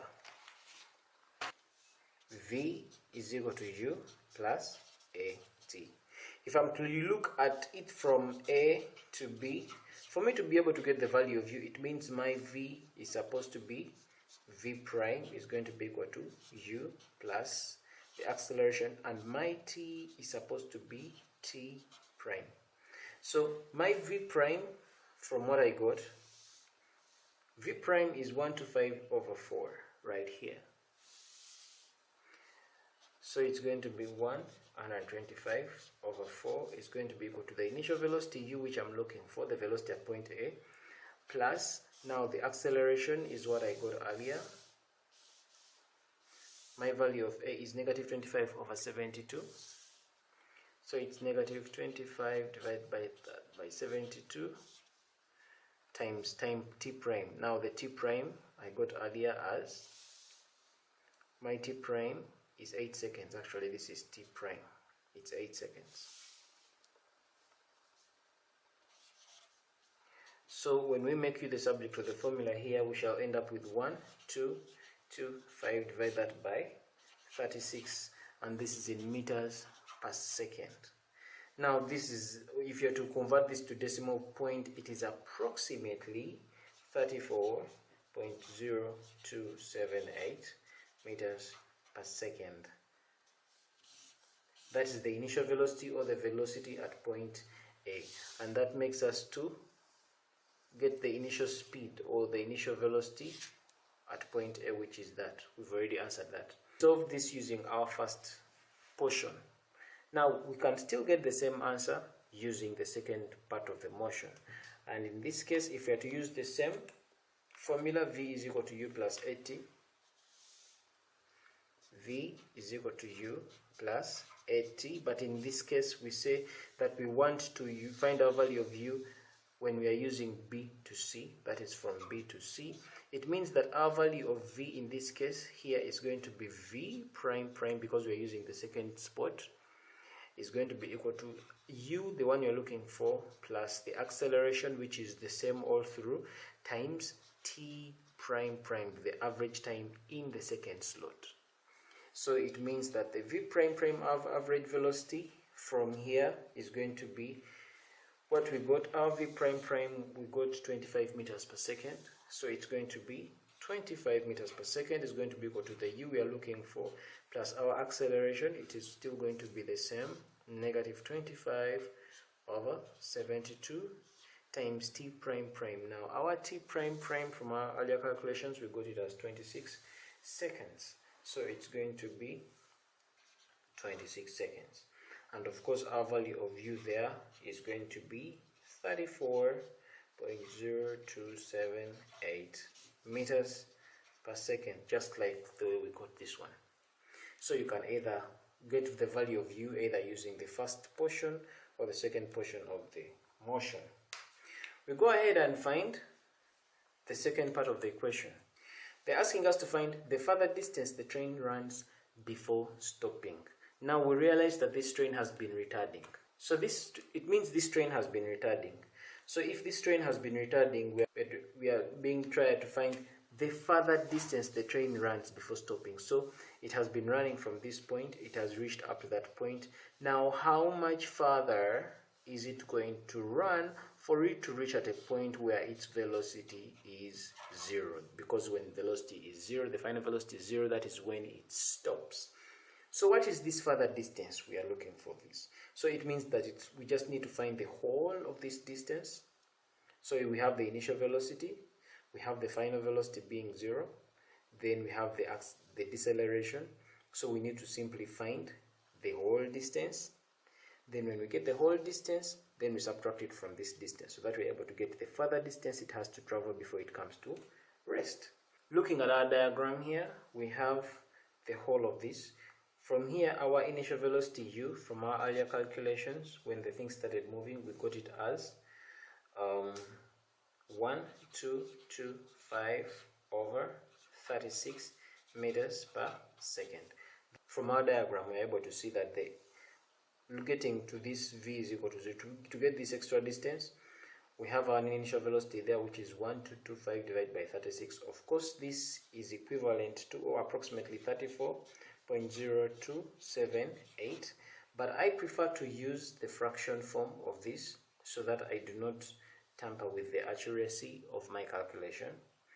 That's the initial velocity. We already got our retardation as negative 25 over 72. This is in meters per second squared. This is our initial velocity, retardation. So we know that our final velocity when it comes to rest has to be 0. So our final velocity is 0, and our task here is to find the whole distance so that we are able to get the further distance it travels before it comes to rest. So we need to get our value of s. So if we are to use our third equation of uniform acceleration motion, which is v squared is going to be equal to u squared plus 2as. Our v squared, final velocity v is 0, so it's going to be 0 squared is going to be initial velocity u squared, which is this. I'll plug in the fraction to preserve my accuracy, plus 2 times the acceleration, which is minus 25 over 72, times the distance traveled, which is s. Of course, here when I make s the subject of the formula, I will end up with my value of s as 1667.36 meters. So it means that it is 1667.36 meters moved from this point to that point, to the point when it comes to rest. So the further distance covered means it's this whole distance minus the 1000 meters. So the further distance covered Before your screen is another number that you can try out and see if you'll be able to get the required answers. For Roman 1, the acceleration, I expect to get 0.27 meters per second, and Roman 2, the velocity with which it passes A, that is the initial velocity, I expect you to get approximately 0.67 meters per second. And this brings us to the end of this video. Thanks for watching. Feel free to check out other excellent videos on the channel and don't forget to subscribe. For Kisembo Academy, this is Arnold Rangakuramia helping you manifest excellence.